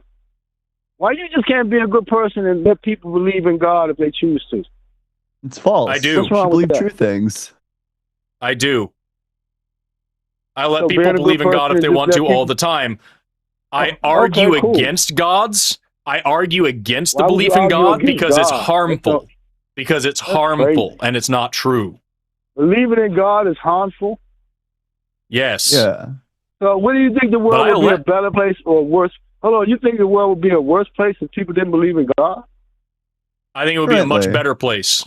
A much better place if people didn't believe in God, yes. Better place if people didn't believe in God? Yeah. I don't know how many times I have to repeat this shit. That's like the majority of like religious people, especially in like America, don't believe in climate change. They think it's bullshit. Wow. Mm-hmm. And I mean, like, who can blame them if you have a belief in an afterlife? Like, why the fuck would you even care about the planet? You just get to go party with your friends and God in the afterlife. Like, who cares? Who cares about stopping the nuclear war? Significant portion of the people in the United States believe that the rapture will be coming in the next 50 years, so it doesn't even matter what happens to the planet anyway. Not only are they leaving, everybody's leaving. The whole planet's going to be destroyed, so it doesn't matter in the regard in the first place. So, yeah, it's a bad thing, man. It's a bad thing that people believe in. You're going to be all right with Jesus' return, though, right? I don't believe he ever will, and if he ever does, he has a lot to answer for. You will have to beg my forgiveness. He will have to beg for your forgiveness. Mm-hmm. So you don't think he died for Christians for sins to be forgiven? I don't think it matters. I think that whole story is disgusting. Just saying, but if you had a son, if you were God, would you let your son die for your friend's sins to be forgiven? Fuck no. If I was God, I would.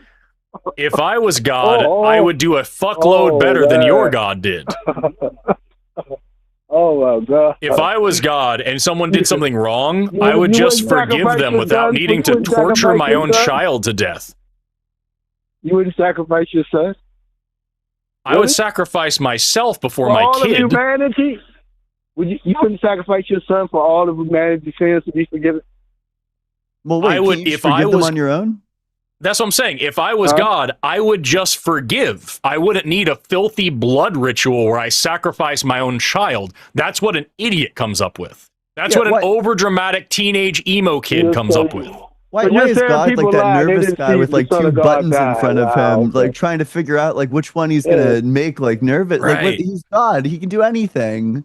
He can fucking snap his fingers and all sin is forgiven. You know, he can have like a pop-up in your like vision display that says, "What's up?" You know, Why you guys Christianity's just don't true, believe in Islam's God true. without You religion? know, head over to your What's wrong local with that? mosque. Don't you think it would be safer just to believe in God without the religion? No. No. Why would I Just want to like, believe okay, false I believe in things? God, but I'm not a Christian, I'm not a Muslim, I'm not a Jew. I just Why? believe in Why a would I want to creator. believe this? Is There's that no okay? evidence. There's no Why you can't evidence. just No. Why would say, I believe okay, I that? believe in a creator? Why you just can't say, I believe in a creator? Somebody gave There's me no the sun, the evidence. moon, the stars. Somebody gave me Aaron, drinking water. Something gave me, Isara, you the know. reason why I can't Okay, say that is because there's no good reason to believe that, lots of good reason not to believe that, and every god on offer, including the just vague ones, is fucking monstrous. Just being thankful for creation is not enough reason to believe in something bigger than yourself. No. Being Is that what happy you're to saying? be here You is know- not a reason to just randomly decide to believe in magic. So you're not happy for your good friend you're sitting there with and being able to talk to me? And I'm extremely ridicule me happy and for a Yeah. lot of belittle me? things. I don't. Okay, there you Isara, go. I'm Well, be thankful extremely for that, happy brother. for a lot of things, and I'm extremely thankful for a lot of things. I don't need to invent Okay. some monster in the sky to then give thanks to. Okay, well, you be the God and be thankful to yourself then. I'm not a god. I'm better than that. Yeah, you are. You are. You are a little God. You're a little God on earth. That's Nope. what the Bible says. Just some you dude. little God. I'm No, just you some are dude, and I'm a God, better man. person than your god. You can go out. You can go out. You can stomp on roaches. You can stomp on ants. You can kill bugs. Yeah, and you can kill It spiders. makes sense. You can go hunt It makes sense, elephants and, actually. You know, It you have makes all sense this that that's what power, you come brother. up with. You know what I'm Isara, saying? You it have makes all this sense. power. Isara, You're like a god, it makes brother. perfect sense. It makes perfect sense that you could actually equate fly to the power moon, and brother. I'm gonna continue speaking, and if you don't hear me, that's your own fault for you just talking over me now. It makes perfect sense to me that you equate power and godhood with the ability to kill and destroy. I think that's a very weak person's No, I'm just idea saying, of you what have that strength and power ability. is. You have that ability, brother. You have that ability. Yes, every dumbass does. Right now, you got a hold on. What if God you got a fine-tuned government the right now universe so where that we they're over there could get fighting a ants, war. and then he's just sitting here You in know human about the form, like 126 children they incinerating killed? ants somewhere? Wouldn't that be fun? You know about the This 126 is we said at children the they killed? beginning that we don't mute people unless they're just talking and talking and talking. Well, let's get into this. I'm about to fucking mute Isara here so he can hear Yeah. what the fuck I'm saying. What you're describing, I'm sorry, Isara, brother. Go is ahead. what you're describing here is weakness. You're not describing power. You're not describing strength. You're not describing goodness. You're describing weakness. Any baby, any child, any idiot can hurt and kill and destroy. Real power is the ability to create and to inspire and to cultivate and to make love happen. That's real power. Your got all God doesn't that do power, that. brother. And the You got fact all that that power. you equate power to my ability to squash bugs and bomb people tells me everything I need to know about your worldview and your mindset. Oh, hold on. Do you have the power to I'm love holding. and create and do all those things? Can you do Depends all how you those define things? those terms, but Hold on. Can you do all those things you just named? All those good, wonderful things you just said. Can you do those You're things? damn right I can. That's why I'm better than your God. Thank you. And God created you to be able to do all those things, so you should be thankful to God. There you Why? go. It doesn't Hey, exist. look at that. It's begging the question again. That's your Do you conclusion. see the circular reasoning? I do see the circular reasoning. I'm glad you It is, see yeah, it too. I very much see the circular reasoning. Hey, remember a minute ago when you said that you don't have any cognitive biases? Thank you for acknowledging that you're using circular reasoning. That's a cognitive bias. Oh, no, it's not. Not in this instance. Because you just said that you could do amazing and wonderful things. And I just explained that to you earlier, brother. We agree. That We you agree are with that. capable of doing Nobody amazing disagrees. and wonderful things. You're not capable Hey, of doing amazing Isara. and wonderful things? Isara, watch this. It's going to be a lot of fun. People could only possibly do amazing, wonderful things if God does not exist. People can do amazing, wonderful things, therefore God does not exist. There you go, man. See that? Oh, my God. Isn't that amazing? There I you just go, man. disproved your God. Check this out. Fuck, it's gonna be too far Oh, away. fuck, look at that. I got No, that's God. great. We got God on one side and we got cool shit on the other, you know. If God exists, then there's cool shit. And then you go back, you reason backwards from the cool shit to God. You agree cool shit exists. Well, then that means God exists. Hey. You did it. Now just write not on top. Write not God on there. Yeah, so true. Cool True. shit means not God, and not God means cool shit. There's cool shit, therefore there's not God. We just disproved God. Easy peasy. There we go. Look at that. No more I think God. you guys believe in. I know you God in guys a believe in blender. God We're in your drinking heart. God I can tell smoothies that at the from moment. y'all voices and talking to you guys. So I'm proud of you. I can guys tell that you don't believe in God from your voice. No, I can tell you guys. I can tell you don't believe in God. I can tell you really telling don't. yourself that, but you really do. Or you wouldn't be acting No, you really don't. strange if you didn't believe in God. Yeah, you really do believe in God. No, Izar, I'm telling you, I can tell from your voice that you do not believe in God. You're just lying to yourself because it makes you feel comfortable. I can tell from your voice. No, I don't believe in God. I love God more than all the raindrops, brother. You don't. You're just saying that. I can tell that you don't actually believe that. I love a lot more than all the raindrops. All the raindrops. You don't actually. I can tell you just believe that. Brother. And it's I can tell you don't really believe that. Everything was created from a raindrop. So I can tell you don't actually believe that. That's like gibberish. What the fuck are you talking about? Did you just say everything's created from a raindrop? What the fuck? I'm telling you how much. I'm telling you when you love God, how much you love humanity and how much you love people. And you guys but you don't that believe in that. your hearts. But you just need to bring it out and let it manifest itself in you. Don't be but afraid. Izara, you don't actually believe that. You don't believe that. Don't be afraid to love God and love people, brothers. It's okay. Izara, why Okay would I believe something? God and loving people. Izara, why would I believe something that you don't believe? You don't actually believe any of that. I believe that you are an amazing and wonderful human being capable of doing amazing and wonderful things. And that you can be one of the greatest believers that ever lived. That's what I don't. You don't actually think that. You don't actually think that. Yeah, I do. No, you don't. No, you don't. You don't. No, Izara. Izara, you're not hearing me? I really do. Izara, are you not hearing me? I said I can tell just by your voice that you don't actually believe in God. You don't actually love God. You don't believe in any of these things. You don't believe. I can tell by your voice that you don't actually believe these things. I think you got a wrong perception, brother. You're not listening to me. You're really not. Just. Oh, you mean to tell me? You mean to tell me that I'm not a fucking mind reader? That's crazy. Yeah, God only made one of those, and we're talking to him. Who knew? No, I'm not a mind reader, but I have a discerning spirit, and I can tell by you guys' spirit that you love people and you don't want people to hurt people. No, hey, I've got a discerning dick, and I can tell that you don't actually believe these things. Does that make sense to you now? You're gonna be disrespectful, and you're gonna get sexual. Wow, really? Isara, I need you to unclutch your pearls for a second and hear me here. Isara, unclutch your pearls and open up your ears. It's extremely disrespectful to tell people that they don't actually believe what they're telling you that they believe, and that you can tell just from their voice that they actually do believe something that they have repeatedly told you they find disgusting. That's a pretty disrespectful thing to do. You find God disgusting? Wow. Wow. You don't have any family members that believe in God? Wow. Just over and over.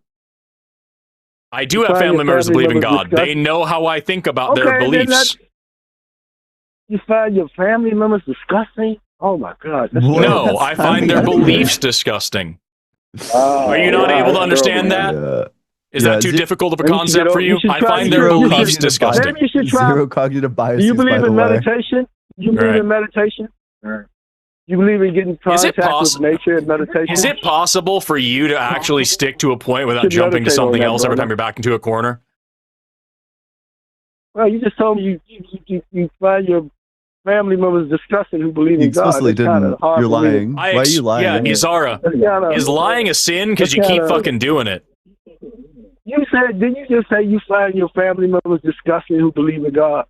Nope. No, I didn't. They have in God disgusting.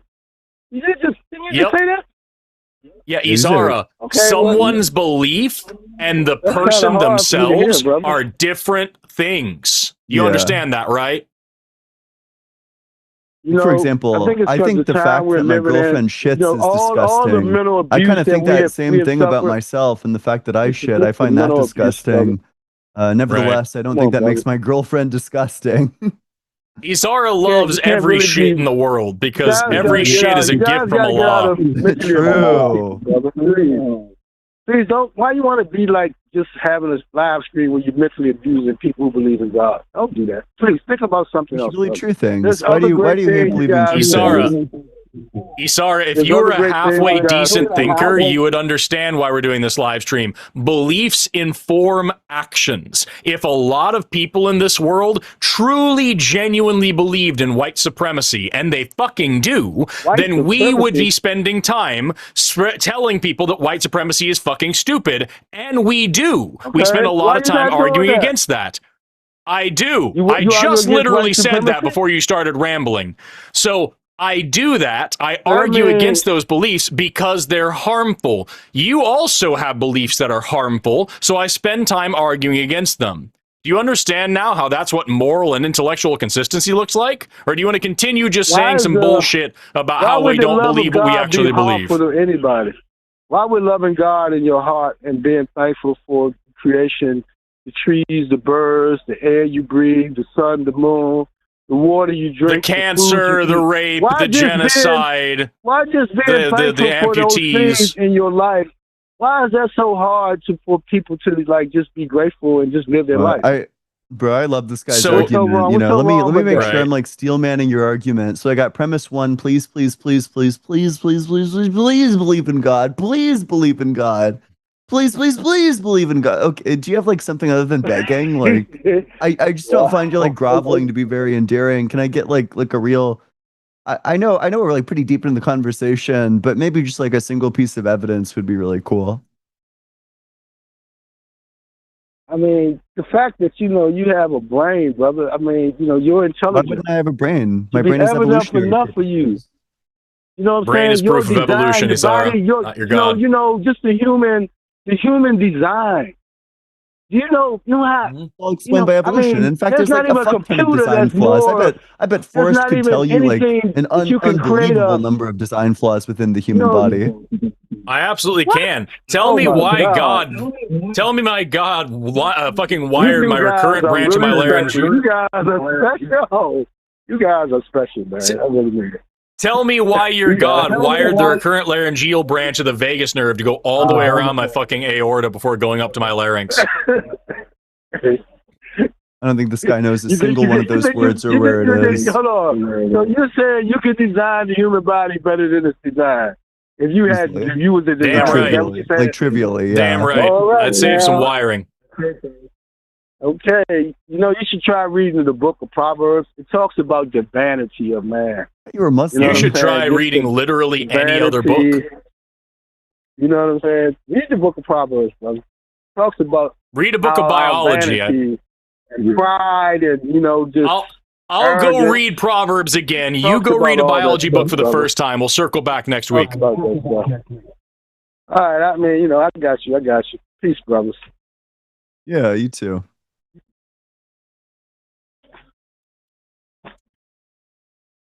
Wow. An eventful call. Wow. That's fucking shit, dude. Yeah. That dude's the GOAT. I can't handle the fucking... I can tell that you actually believe this. I can tell just by hearing you. The thing that you're sitting here dedicating hours and days and years of your life to arguing against and trying to free people from, I can tell you actually really love it. I can just feel it. I have a discerning spirit. Yeah. Go fuck yourself. Yeah, he has like the truth tingles. His truth tingles are firing right now. He just intuits it. Ugh. Anyway, we have one more call, and this is our last atheist of the night. Been waiting for 3 hours. Who wants to talk about survival of the fittest? Lindsay, you're on the line with Forrest and Ian. How you doing today? I'm glad that I get to talk to you guys. Yeah, I've been waiting for a while. Anyway, those calls were eventful, and since I'm newly agnostic, I haven't gotten the oh, I think you still believe, but I have gotten since I was disabled, you don't look disabled, so I can empathize. Yep. So, yep. Anyway, it sucks. Yeah. Like, really? Thanks. You're not in my body. Shut up. Yeah. So I have mild cerebral palsy, and so I can walk and things like that. And you don't look disabled. Thanks. That's why I had to modify. And I don't tell everybody, but it's like, I tell a few people when I've gotten the you don't look disabled, so that's why I've modified my speech and saying it's mild cerebral palsy. So, yeah. Yeah. No, it sounds frustrating. That sucks, dude. I'm sorry. Yeah. Thank you. But I what do you want to talk about? Say again? What did you want to talk about? Oh, I was just curious about survival of the fittest and if the scientific community still uses that, or if that has been picked up by quote-unquote lay people and it's been misused, like how people call in and say evolution is just a theory when they mean like, it's a theory, we don't know. And then it's like, no, you're not using the scientific word for theory. So. Yeah. So I just double check. I think it was an economist who originally said that. But there we go. Yeah, it was Herbert Spencer who originally came up with that word.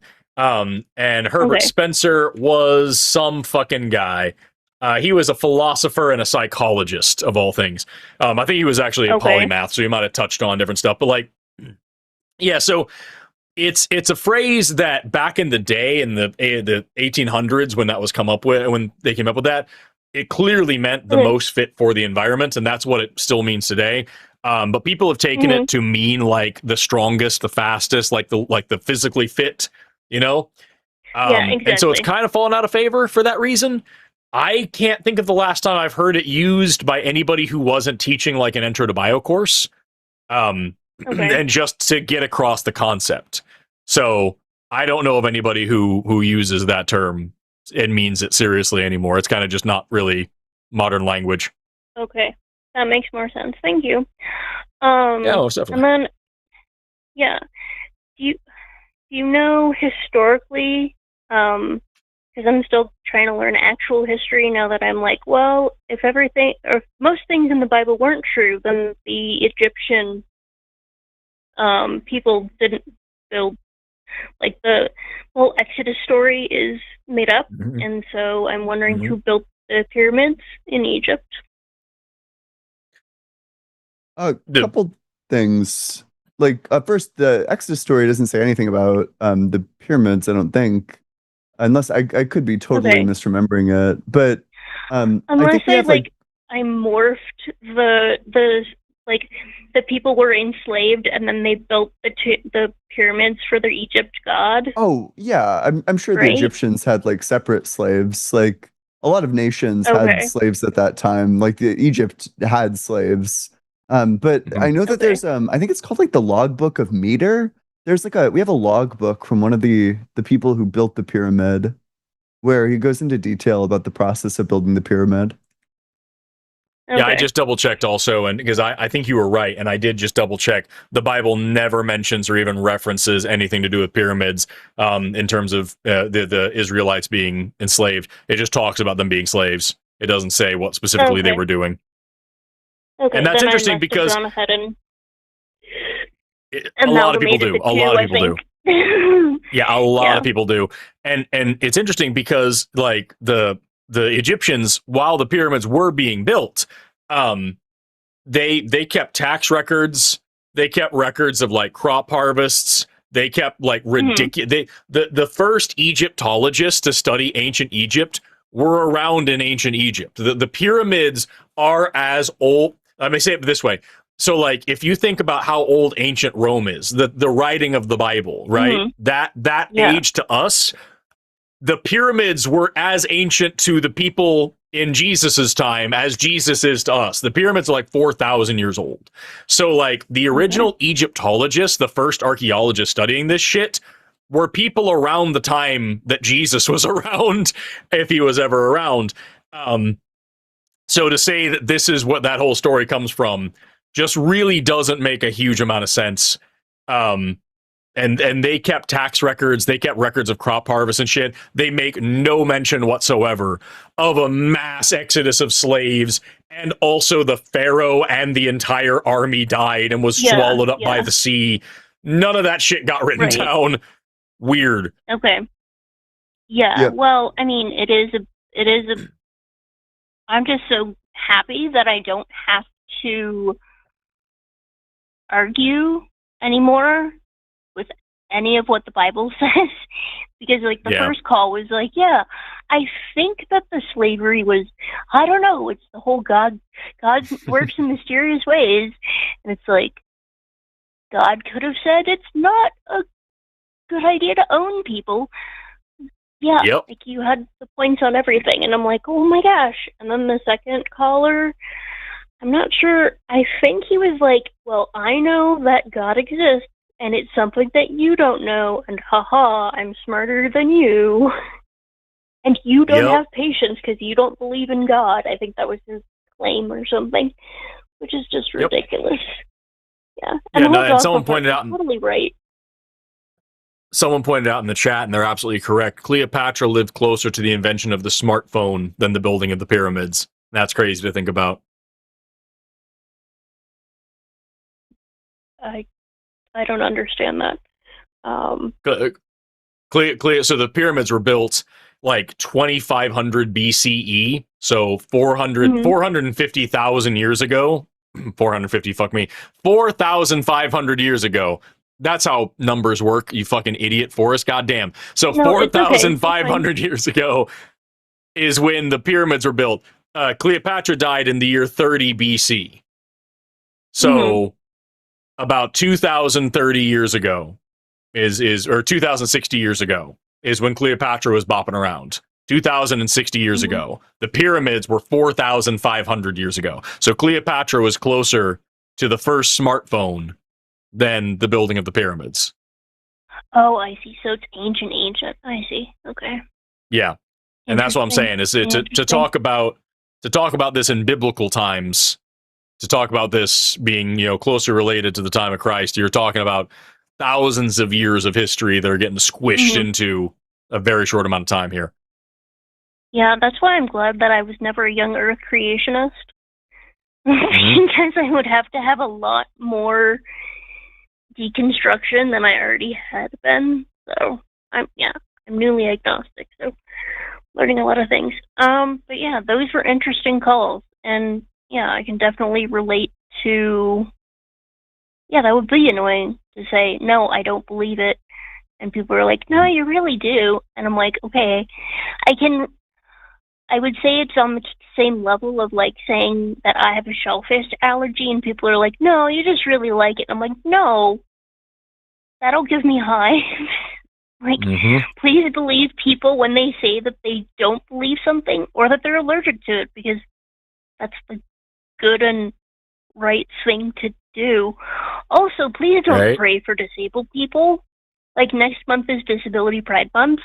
Please don't do that. You don't know their story. They don't need to be prayed for. It's weird for both of you. It's just weird in general. If you ever want to have fun with all this stuff, by the way, you can go to Answers in Genesis, the Bible literalist cult that believes that literal dragons and literal unicorns existed.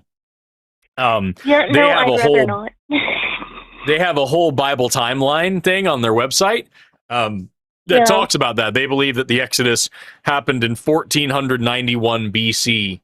So very, very recent comparative to what we're talking about here. They also say that the flood was in 2348 BC and the Tower of Babel was in 2242. So in just under 100 years, 8 people had enough children to populate the entire planet and build a tower so big that they could be separated out and create every modern language today. Every modern language, all the people who speak them, millions and millions and millions of people, all in 100 years. Those people were fucking busy, dude. Yeah, that just, I can't absorb fake history anymore. Since I don't know real history very well, I'm like, I will learn the actual history, be slightly confused, and then like make it settle in my brain first, because that's how it works. And it's like, no, I'd rather not, like, I'd rather just learn real facts and history and things and be in awe of what we've done. You know, I finally went ahead and listened to, oh, I forgot his name now. Otabenga. I learned about him recently. Mhm. We talked earlier, Forrest, about Otabenga, and he's like, we were both like, yeah, it's super hard for the white people to understand, or to not understand, but to come to terms with the horrific things that we've done to indigenous peoples. So, yeah. Yep. Colonialism is not great. Yeah. It's people. People do things like that. People are evil. Yep. Or people can be. evil, I think yeah. people are generally by nature good. But I think that there are definitely evil people out there. And when you get good people together and give them a dogma, in the case of Otabenga, the dogma was that races are real and that some races are better than others, and that Otabenga was closer to an animal than a human. When you get enough people that and educate them on that and indoctrinate them on that, yeah, you can get a lot of good people who do really fucking evil things. Yep, definitely. And also, who was it? Black Atheist Rants went ahead and told me that every single denomination of Christianity was benefiting from the African slave trade. And I'm like, oh, okay. I will sit with that. Sounds about right. Because I was a Lutheran. So, yeah. That was interesting. Although, what you can do if you're interested in my specific religion is you can go to lcms.org and read up on their doctrine and stuff. It's weird. And I mean, I learned most of it, but I kind of confirmed a few things, and I'm like, that's an odd way of thinking about it, because it wasn't necessarily said over the pulpit. It was kind of like, you kind of had to feel it out, I guess, is my thinking. Like, if a grocery store, for example, is really well laid out, and you're like, oh, good, this is how it works. And then if a grocery store is, like, not really well laid out, and you have to go in a couple times to, like, get it, that's kind of how how it is. Maybe doing a bad analogy, but yeah. It was kind of weird, because I was like, wait a minute. This could say that we're not okay with conception, like, not conception, but contraceptives? What? At least I think racism is a sin, and that they're mandated reporters, so that's good as pastors. I'm like, that's great. For sure. But they also, think that celibacy is good for queer people, and I'm like, okay. It sounds like you've got, like, really, really, really typical religious drama, because this is what we hear from people who are deconstructing all the time. It's just like, this was just all this fucked up shit that I didn't even notice or think about or see, and the more I think about it, the more fucked up it sounds. So yeah, I would encourage you. Have you already called Recovering from Religion? No, mostly because I've done my deconstruction since, I think, 9th grade, so it's been chipped away. Yeah. So it's not like it's been a huge catastrophe of, like, a crisis of faith, I'd say. It's just getting those last few pieces off and saying, like, nope, I'm going to be agnostic now, because if I really think about it, I'd rather not go ahead and worship the Judeo-Christian God, because, yes, he does have a lot of things to answer for. Why did he make slavery okay? Like, come on, dude. If you are all-powerful, all-knowing, and all-loving, that's not loving. It's easier for me to believe that it's just a book, and it's not divine in any nature. Yeah, definitely. It's crazy. Just a book. These shouldn't be difficult concepts, but as you see with shows like this, They very much are, because when people have to believe something is a certain way, they will go to the mat defending the most insane concepts. Oh yeah, and I understand it. I guess for myself, my parents were, or rather are, Democrat, and if you know anything about evangelicalism, almost in any form, you quote unquote can't be Democrat. It's pretty much a given that you're a Republican. So early on in 6th grade, I was like, oh, well, that's a no-no. And so I learned to keep pieces of myself back and I'll just do with the status quo. And then when I got into high school and middle school, all my friends were atheists. And so I had to figure that one out. So again, I've been chipping away at it since I was in 9th grade. So yeah, man. Well, I'm proud of you, and I'm happy that you have, and that's awesome. Congratulations to you, and I encourage you to keep going, and call back if you have any other random questions or whatever like that you want to ask. And definitely if you have any little fiddly things, any little bits that you have to work through, Recovering from Religion is an awesome resource as well. But anyway, with that, we're gonna jump on to super chats and then begin wrapping up the show. All right, thank you. Bye. Thank you so much, Lindsay. Bye-bye. Thanks so much. All right. And that's all of our callers, y'all. Which means it is time now for the chats that are super. We'll be reading chats of $5 or more. And this first one looks to you, Ian. Yeah. Is Ian an Orioles fan? Loved them since the first game I went to in 1982 when I was 8 years old. Go O's. When you said loved them, I thought you were talking about me.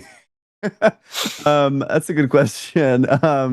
No, technically no. This is my girlfriend's shirt. My girlfriend went to Hopkins though, so she's really Baltimore native, or she's not a Baltimore native. She's from away, but yeah, this is my girlfriend's shirt. I think it looks cool, and I blend in with the locals.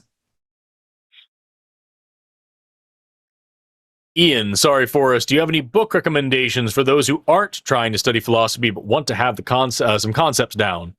Yeah. I think Michael Huemer's Knowledge, Reality, and Value is my go-to recommendation. I think it's a fantastic introduction book to philosophy. I think Huemer is wrong about a good amount of stuff. I think that he's mistaken, but I think that he's a fantastic starting point because he explains things very clearly. So if you want to get into the reasons why he's wrong, all of his arguments are going to be very simple, and then the counter arguments are going to be a bit more complex. Some of those counter arguments will succeed and some of them will fail. And I think Knowledge, Reality, and Value is a really good starting place.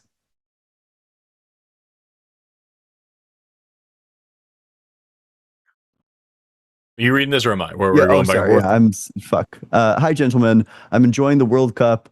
Here's a soccer chant to the tune of the Addams Family. Your sister is the mother. Your father is your brother. They all live one another. The MAGA family. Da-na-na-na.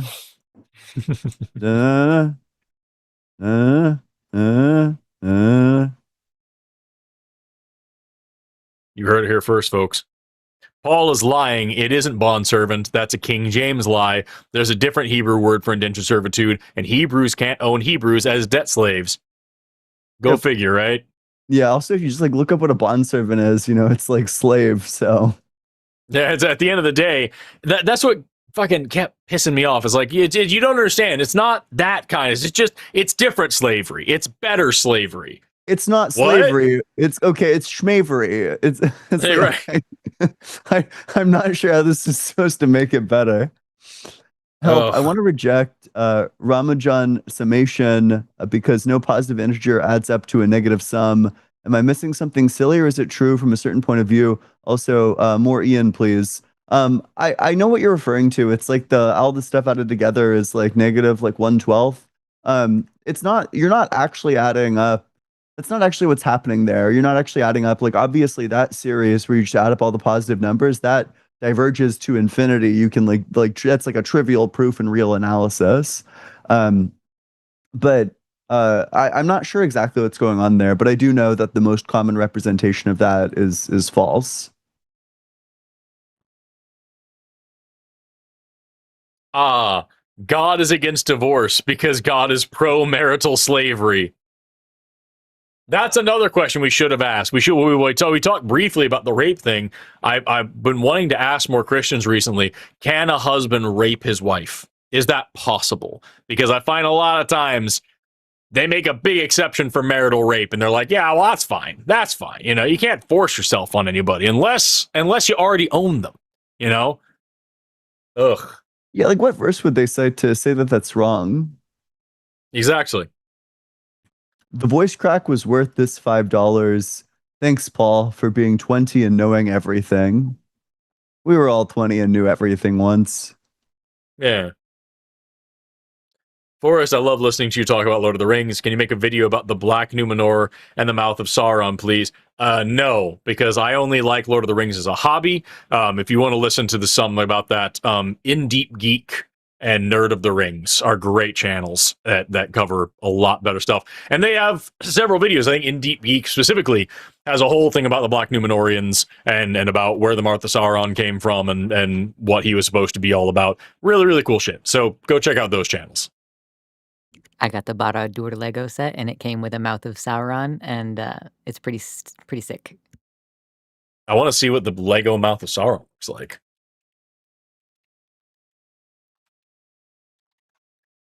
Oh, fuck yeah. Wait, no, I want to see what the Lego Mouth of Sauron looks like. Look at him. Whoa. Holy shit. That helmet is crazy. It's cool as hell. This is they like a whole like setup thing, but then they also got this little guy here. Which, hold on a second, let me make sure to not dox anybody. There we go. And put him on the screen. Yeah, I like him. That's sick. I like that he doesn't have a face.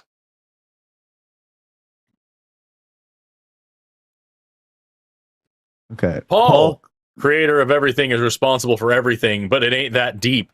I bet you put ketchup on your burnt ends, you muppet. Nico and Bama. Ketchup on burnt ends. What a sin.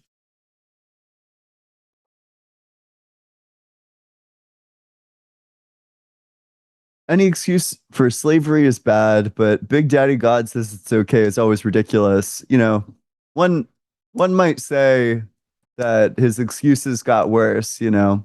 Didn't happen to okay, it did happen. But you know, it was against like the proper ethnic group, so that's fine. And then it's like, you know, actually it just was morally perfect. It simply was morally perfect. I loved when he kept saying, he would say something and then we would repeat it back to him. And he would say, okay, well, no, that's not right. What you have to is I was wrong when I said that. And then he'd say the same fucking thing again. Yeah, that's a classic, right? It's like the blunder shuffle where you just like it's instead of like a Mott and Bailey, it's like a Bailey where you just go back and forth between your two weak positions. Oh man.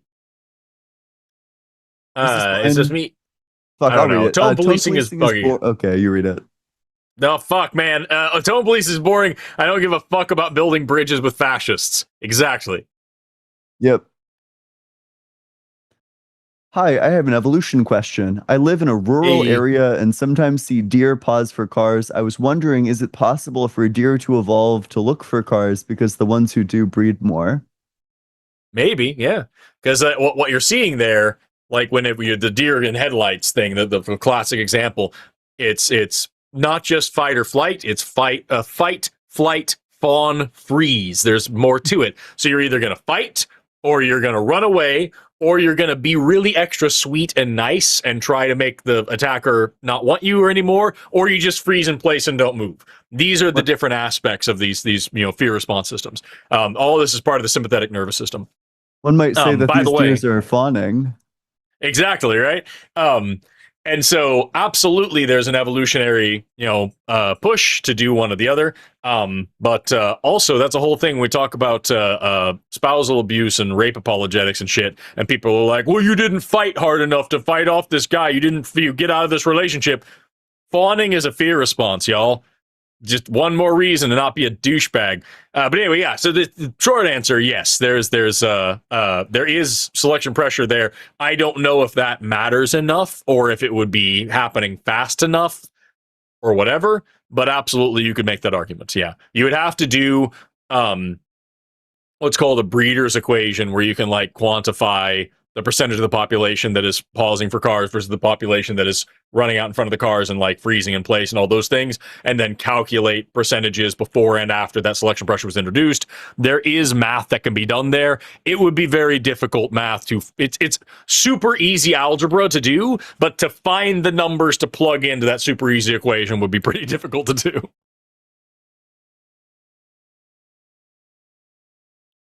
Super chat to appreciate the comedy that is Felix's.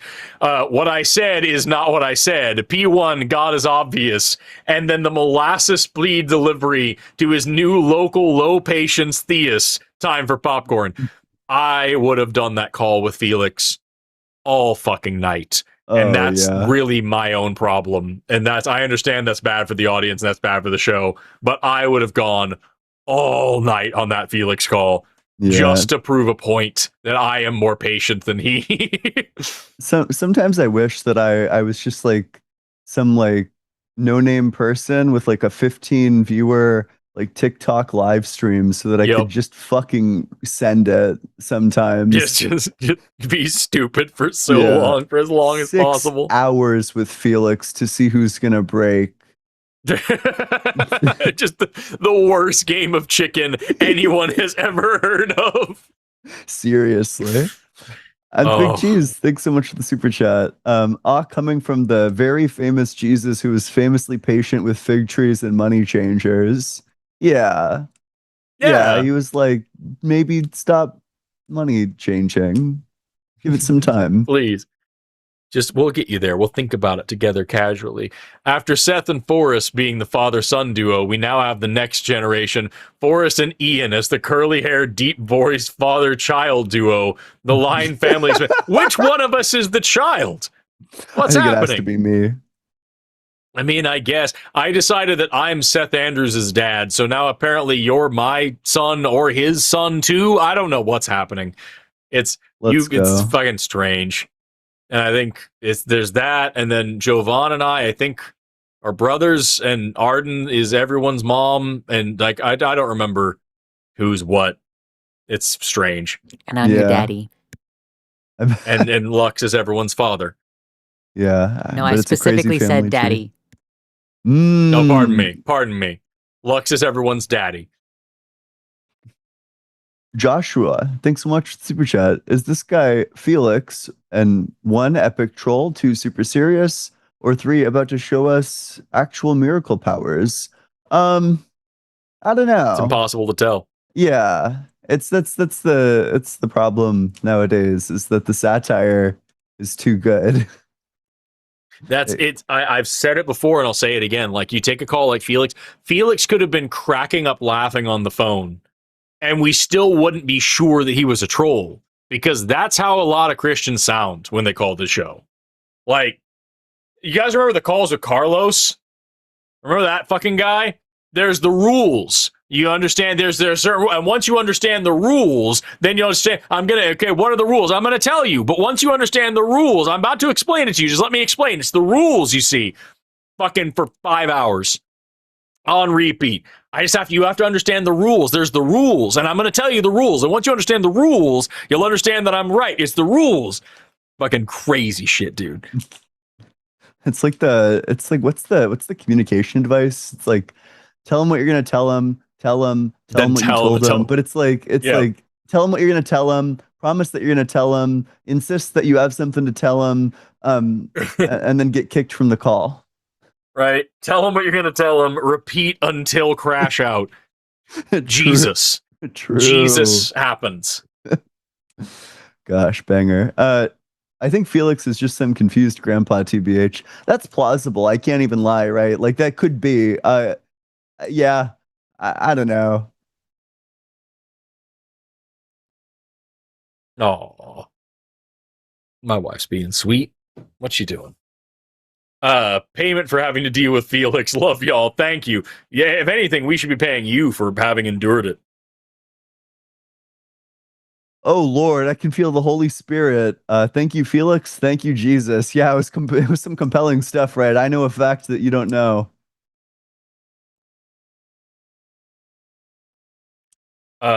Sorry.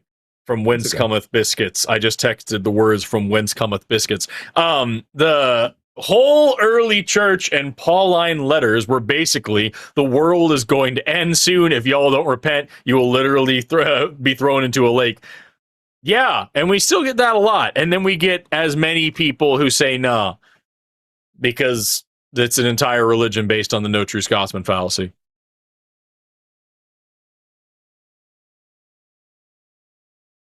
Guzman Jones, thanks so much for the super chat. In order to determine if if a forest is taller than an Ian, you must know the weight of the sun when it is in Capricorn retrograde and the price of tea. Those are the 2 data points. Yeah, that's what you need. That's it. That's all you needed to know. That's a simple answer for him to have given us. Like, honestly, Felix be like, I'm the dude playing the dude disguised as another dude.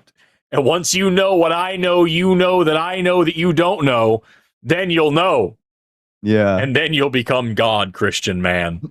We have an infinite regress that promises to tell us the fact. And we've all learned nothing.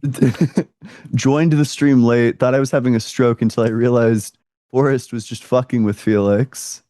Again, I would have continued that forever. I already told you. Well, that's what you don't know. What I know. What you don't know. Why would I tell you again? You were there. He didn't. I would have done it all night long. All night long. I would have skipped meals. I would have just kept going.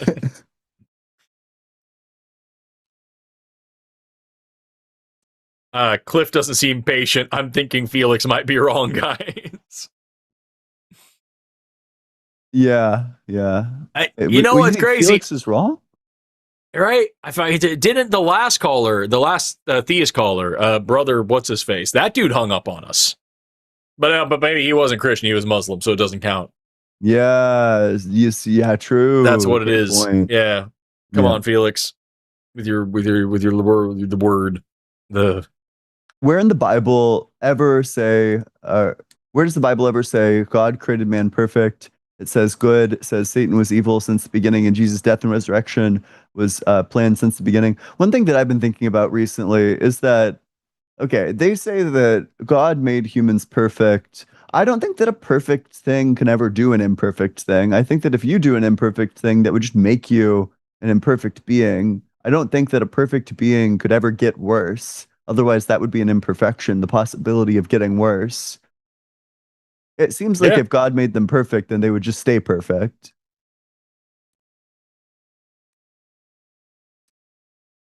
Having the both of you speaking together is an amazing treat. We're just going to talk at the same time, the whole thing. Thank you for bringing serotonin on a hectic Monday. You're both super awesome.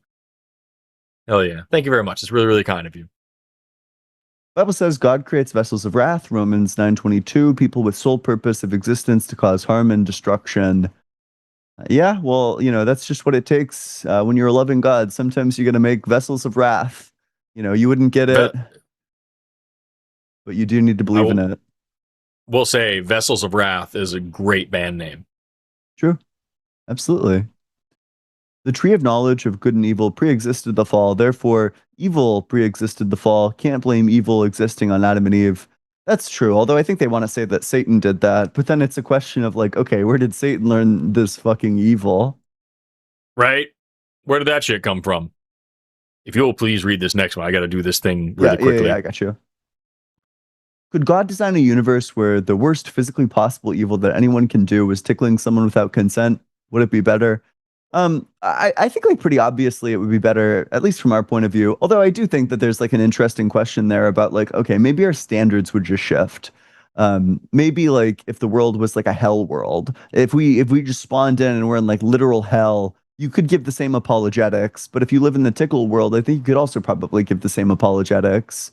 So I don't know. I think at least the thing that here's the problem is that I think that there's some evils that are just totally unaccountable for. Like, for example, the evil of like the horrific suffering that one animal that gets like swallowed up by another, like when a whale eats like an octopus and that octopus is about to get like disintegrated in like stomach acid.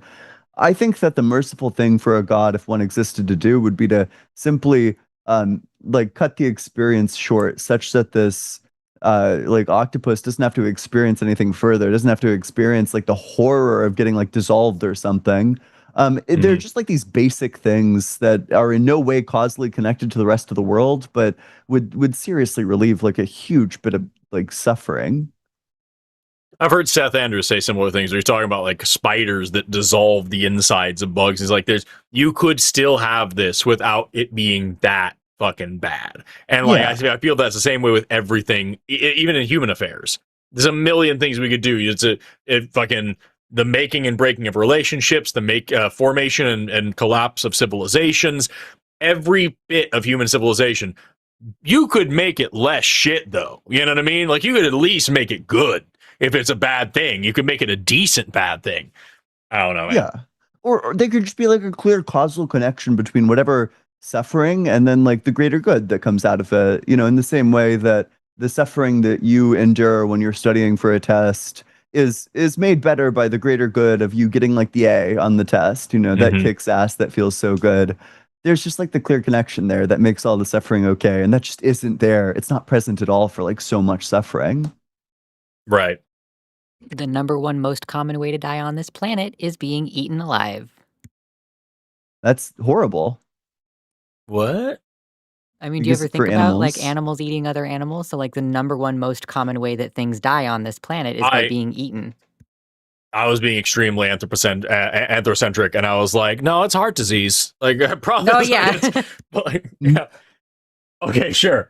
That would be crazy. There's so many follow-up questions. Like, what are humans getting eaten by? Fuck. Follow up to my last super chat. Good God created a world where God punished the Amalekites through tickling all the men, boys, cattle, and women, especially cattle. Yeah, fucking could have done a lot of things. Could have not done slavery, but here we are. Yeah. Cliff is that's not my wallet meme. You two lead this horse to the water, and he purposely dehydrated himself to death. Yeah, no kidding. I don't know. It's like a magical type of theist that accepts all the premises and then rejects the conclusion. It was like watching someone beat their head against a wall to prove to me that walls don't exist. It was crazy. That's not my wallet meme is an excellent example. Forrest Valkai, 2 weeks ago, I compared transgender to traits like having exceptionally tall height, eye color, etc. You disagreed on those traits. Which traits would you rather compare to trying to improve supportive argument? I don't remember what you're talking about. But it's true that being trans is a rarity. But also, I think just like if we talk about other situations where we've like become better at talking at things, diagnostics and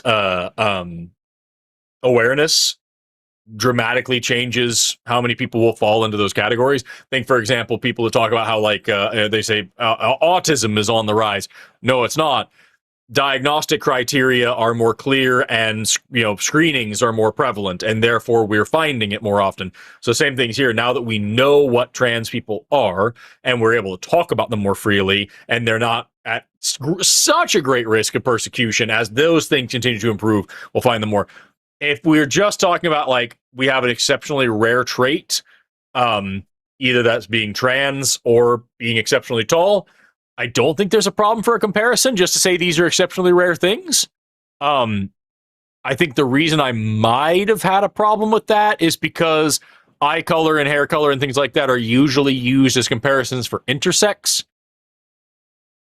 And they're being trans is different than being intersex. Again, I don't remember this conversation or why I disagreed with that. At this moment, that sounds like a reasonable thing to say, hey, these are some rare traits. And being trans is also a rare trait. I can try to nitpick it here, but I don't know what the exact argument was that I was making 2 weeks ago. It's also important to say that gender is spectral, and these traits are also spectral, but I guess green eyes aren't, kind of. I don't know, man. Not sure what we're talking about here. I apologize for whatever I said back then. I'm better now. I'm smart now. I was stupid then. And that's always true, including what I'm saying now. I'm stupid now and I'll be smart tomorrow. I think you said trans is complicated in a way that eye color isn't. That might be true. I don't know. I genuinely don't remember this conversation. I do these shows all the time, and I do a lot of stuff in between. For the cause, y'all rock. A nice short one. Thank you. Yeah. No, you. No, you. Oh, the brevity of the call and the response in comparison to the dumb shit that I just pooped out is fucking beautiful. Pyramids were not built by slaves. They were constructed by well-paid workforce, around 10,000 skilled artisans and conscripted Egyptian citizens who were well-fed, housed, and honored in death. I don't know if the two are mutually exclusive, because I think they weren't allowed to not do the work, but they were definitely paid. So, like, I don't know how that works. Sure. Yeah, they're conscripted. So it's like, there's kind of like a weirdness there. It's like, you can't, like, you are paid for it, but you can't say no. It's not exactly slavery. So it's probably not accurate to say that it's slavery, which is my bad. But, yeah, that is interesting. Sure. I don't know for sure what the details are, so I'm not going to take a hard stance on it. When you get the pyramid draft notice, you just got to go build a pyramid, bro. Yeah. Sorry, my country needs me. There's different amounts of like force and coercion involved, so it's like a gradient almost. Like we call it wage slavery nowadays. We're more passively forced into it now than we were back then. Right. You won't be beaten, but you will be starved. Space What's Barbarian, wrong with believing in chat? What's wrong believing in unicorns and dragons? I believe there are narwhals and rhinos, and there are Quetzalcoatlus and Hatzigoptrix. I have never had to say that out loud until this moment, and I just realized I don't know how, and I probably still said it wrong. But yeah, a lot of Bible apologists will say that unicorns and dragons we're talking about, rhinoceroses and dragons are just big lizards and dinosaurs and stuff like that. Answers in Genesis does not say that. Answers in Genesis believes that dinosaurs were dragons and that they could fly and that they could breathe fire, and that the knights in shining armor slaying dragons, the tales of old, like St. George killing the dragon, those are real, actual stories, really telling genuine history of flying, fire-breathing dragons being slayed by actual knights in shining armor, and that a unicorn is literally a one-horned horse, not a rhinoceros. They have whole articles about this on their website. Former deist used to say I'd embrace naturalism if it could give me eternity. Now agnostic atheist. What would I say to another deist with my former belief? Well, I don't think deism gives you eternity either. I mean, deism doesn't give you any sort of reason to think that there's going to be like an afterlife. If you think God just made the planet and then fucked up, like I think in order to get the afterlife, you need to be positing like a God that's actually like involved, like one that gives like afterlife criteria. I assume that's what you mean by eternity. But if you're saying like eternity and just like the universe, like you're just trying to figure out like what always existed, well, I think you could just say the universe always existed. What is this? There's a study on CD4 locus on chromosome 12. Sub-Saharan people tend to have a 9-series CD4, whereas other people tend to have 6. Why is this? So I don't know what the specific gene locus you're talking about is. I have no idea to what you're referring to. But if I had to hazard a guess, just because of the populations that you're talking about here, there was a bottleneck event a few thousand years ago as humans were leaving Africa, and it was only affecting non-African populations. And so you would have had this, with the bottleneck effect, you reduce a tremendous amount of genetic diversity. And that's why if you took any two random black Africans today, they are more genetically diverse than any two random people from the most diverse parts of the rest of the world you can pick. Pick someone from Thailand and from somebody from Australia, whatever you want to say, these two people will be more closely related genetically than any two random black people from Africa. And so in this situation, again, I'm not entirely sure of this exact locus you're talking about, the specific gene you're talking about.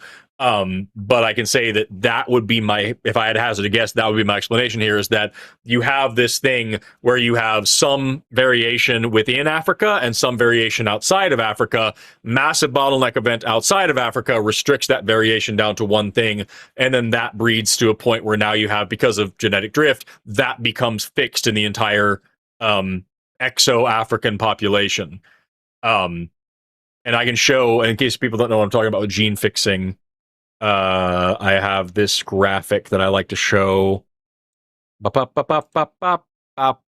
that up, and I will make this small, and I will hide people's personal information, and I will make this way.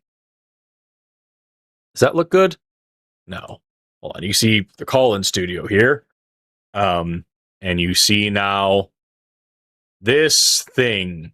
So this is how gene fixing works through the course of genetic drift. Or you have all these different colors. These are all representing different alleles of the same kind of gene, same locus, whatever it may be.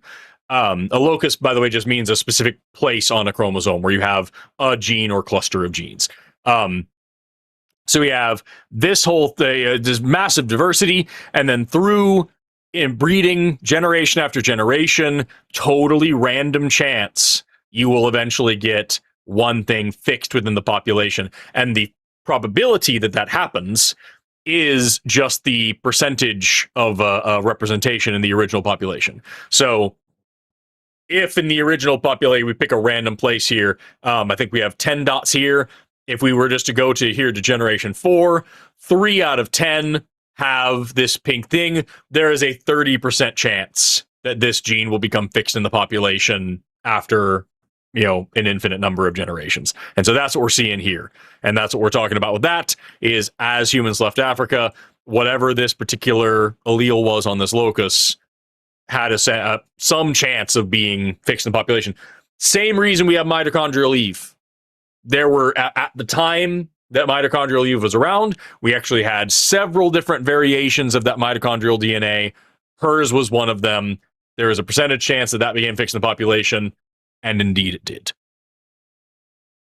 Wow, you're a biologist? Name every gene. Right? As a proud Valkite and follower of the monad, I'd like to thank you, Forrest, for the Valkalized bath water bottle. It started some interesting conversations, and I get a good chuckle. Get yours today at valkaimerch.com. It's bad for you, but the bottle's great. So fill it up with whatever you want.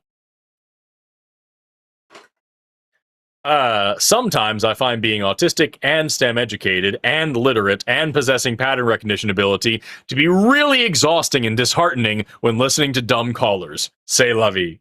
Yeah, so dude. True. So true. Then, can we get the damned deer to read the deer crossing signs? If only. Right? Maybe they'll start evolving like the fucking like yellow reflective vests that all the construction workers wear. High visibility deer. Peak evolution. Jess of the Shire is also great. I don't know to what we're referring here. Jess of the Shire. Lord of the Rings. Lord of the Rings YouTubers, maybe? Yep. Well, all right. I have never heard of this person, but I will look them up. I'm a sleepy little bitch. Ian, can we hear about your plants? No. Great show, everyone. Thanks. I'm kidding. That actually was the last chat. Yeah. Sure. So, okay. How do I want to do this? I don't know their names off the top of my head, but I've had them. I've done like plant collecting, plant growing, plant care for the past like 2 years or so. I know the one that's like right here-ish. This one's the goldfish plant. There's this like sweetheart plant over here. And then this one, I was like looking it up recently.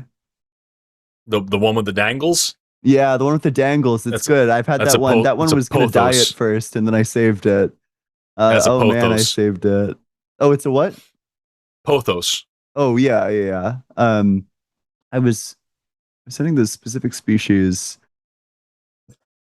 I've got one of those back here that has just been barely holding on to life for so very long.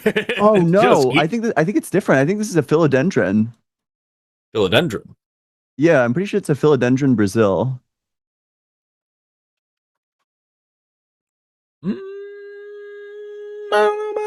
Maybe it might be. It might be. The leaves look different than what I'm thinking, but you might not be wrong. I don't know. Philodendrons are. I think that. Look at that. I think philodendron the Brazil also includes variety. like the huge ones. Or no, I'm thinking of Monstera. God. Well, I'm gonna look up.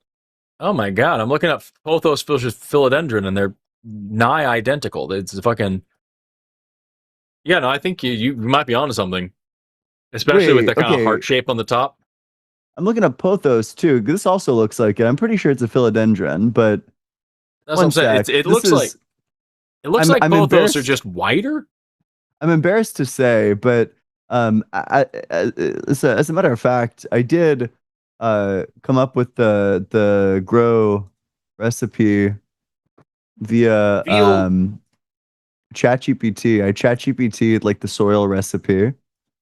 Field botany is the only class that I got a D in my undergrad, and that is the class about plant identification. So I don't know what shit is. Damn, I wonder if this would be no, this is like a nightmarishly bad idea to go back like 2 years in my search history. Would you have such a thing? I mean, if you guys are determined to go to the 4-hour mark, I might not kill myself, but we could just stop the show now. Reopen lines. Well, Lux, that's just a risk we're gonna have to take. I fear. I'm kidding. All right. Yeah, I think that's it, y'all. Thanks so much for tuning in to SkepTalk. It's been SkepTalk, and you were here for it. Thanks so much to Ian for hosting today. It's been a lot of fun. We got to do this again more often. Yeah. I liked your arguments. They were a lot of fun. This is the only second time we've done this, so we got to do more. Yeah, no, it was a blast. Absolutely. Thank you so much to Lux for producing. Thank you so much to Paul for call screening. Thank you so much to our mods in chat for keeping things simple and safe. Thank you so much to our people in chat, even the ones that suck. Thank you so much to our callers, even the ones that suck. Have an awesome rest of your day. Fuck ICE for real. Like, I can't stress enough. Fuck ICE and fuck Donald Trump and free Palestine and trans rights or human rights and fuck ICE again. And if you know an ICE agent, fuck them. Don't have sex with them. Go tell them to their face, fuck you, from me, and then stop being their friend. I was in DC just the past couple of days.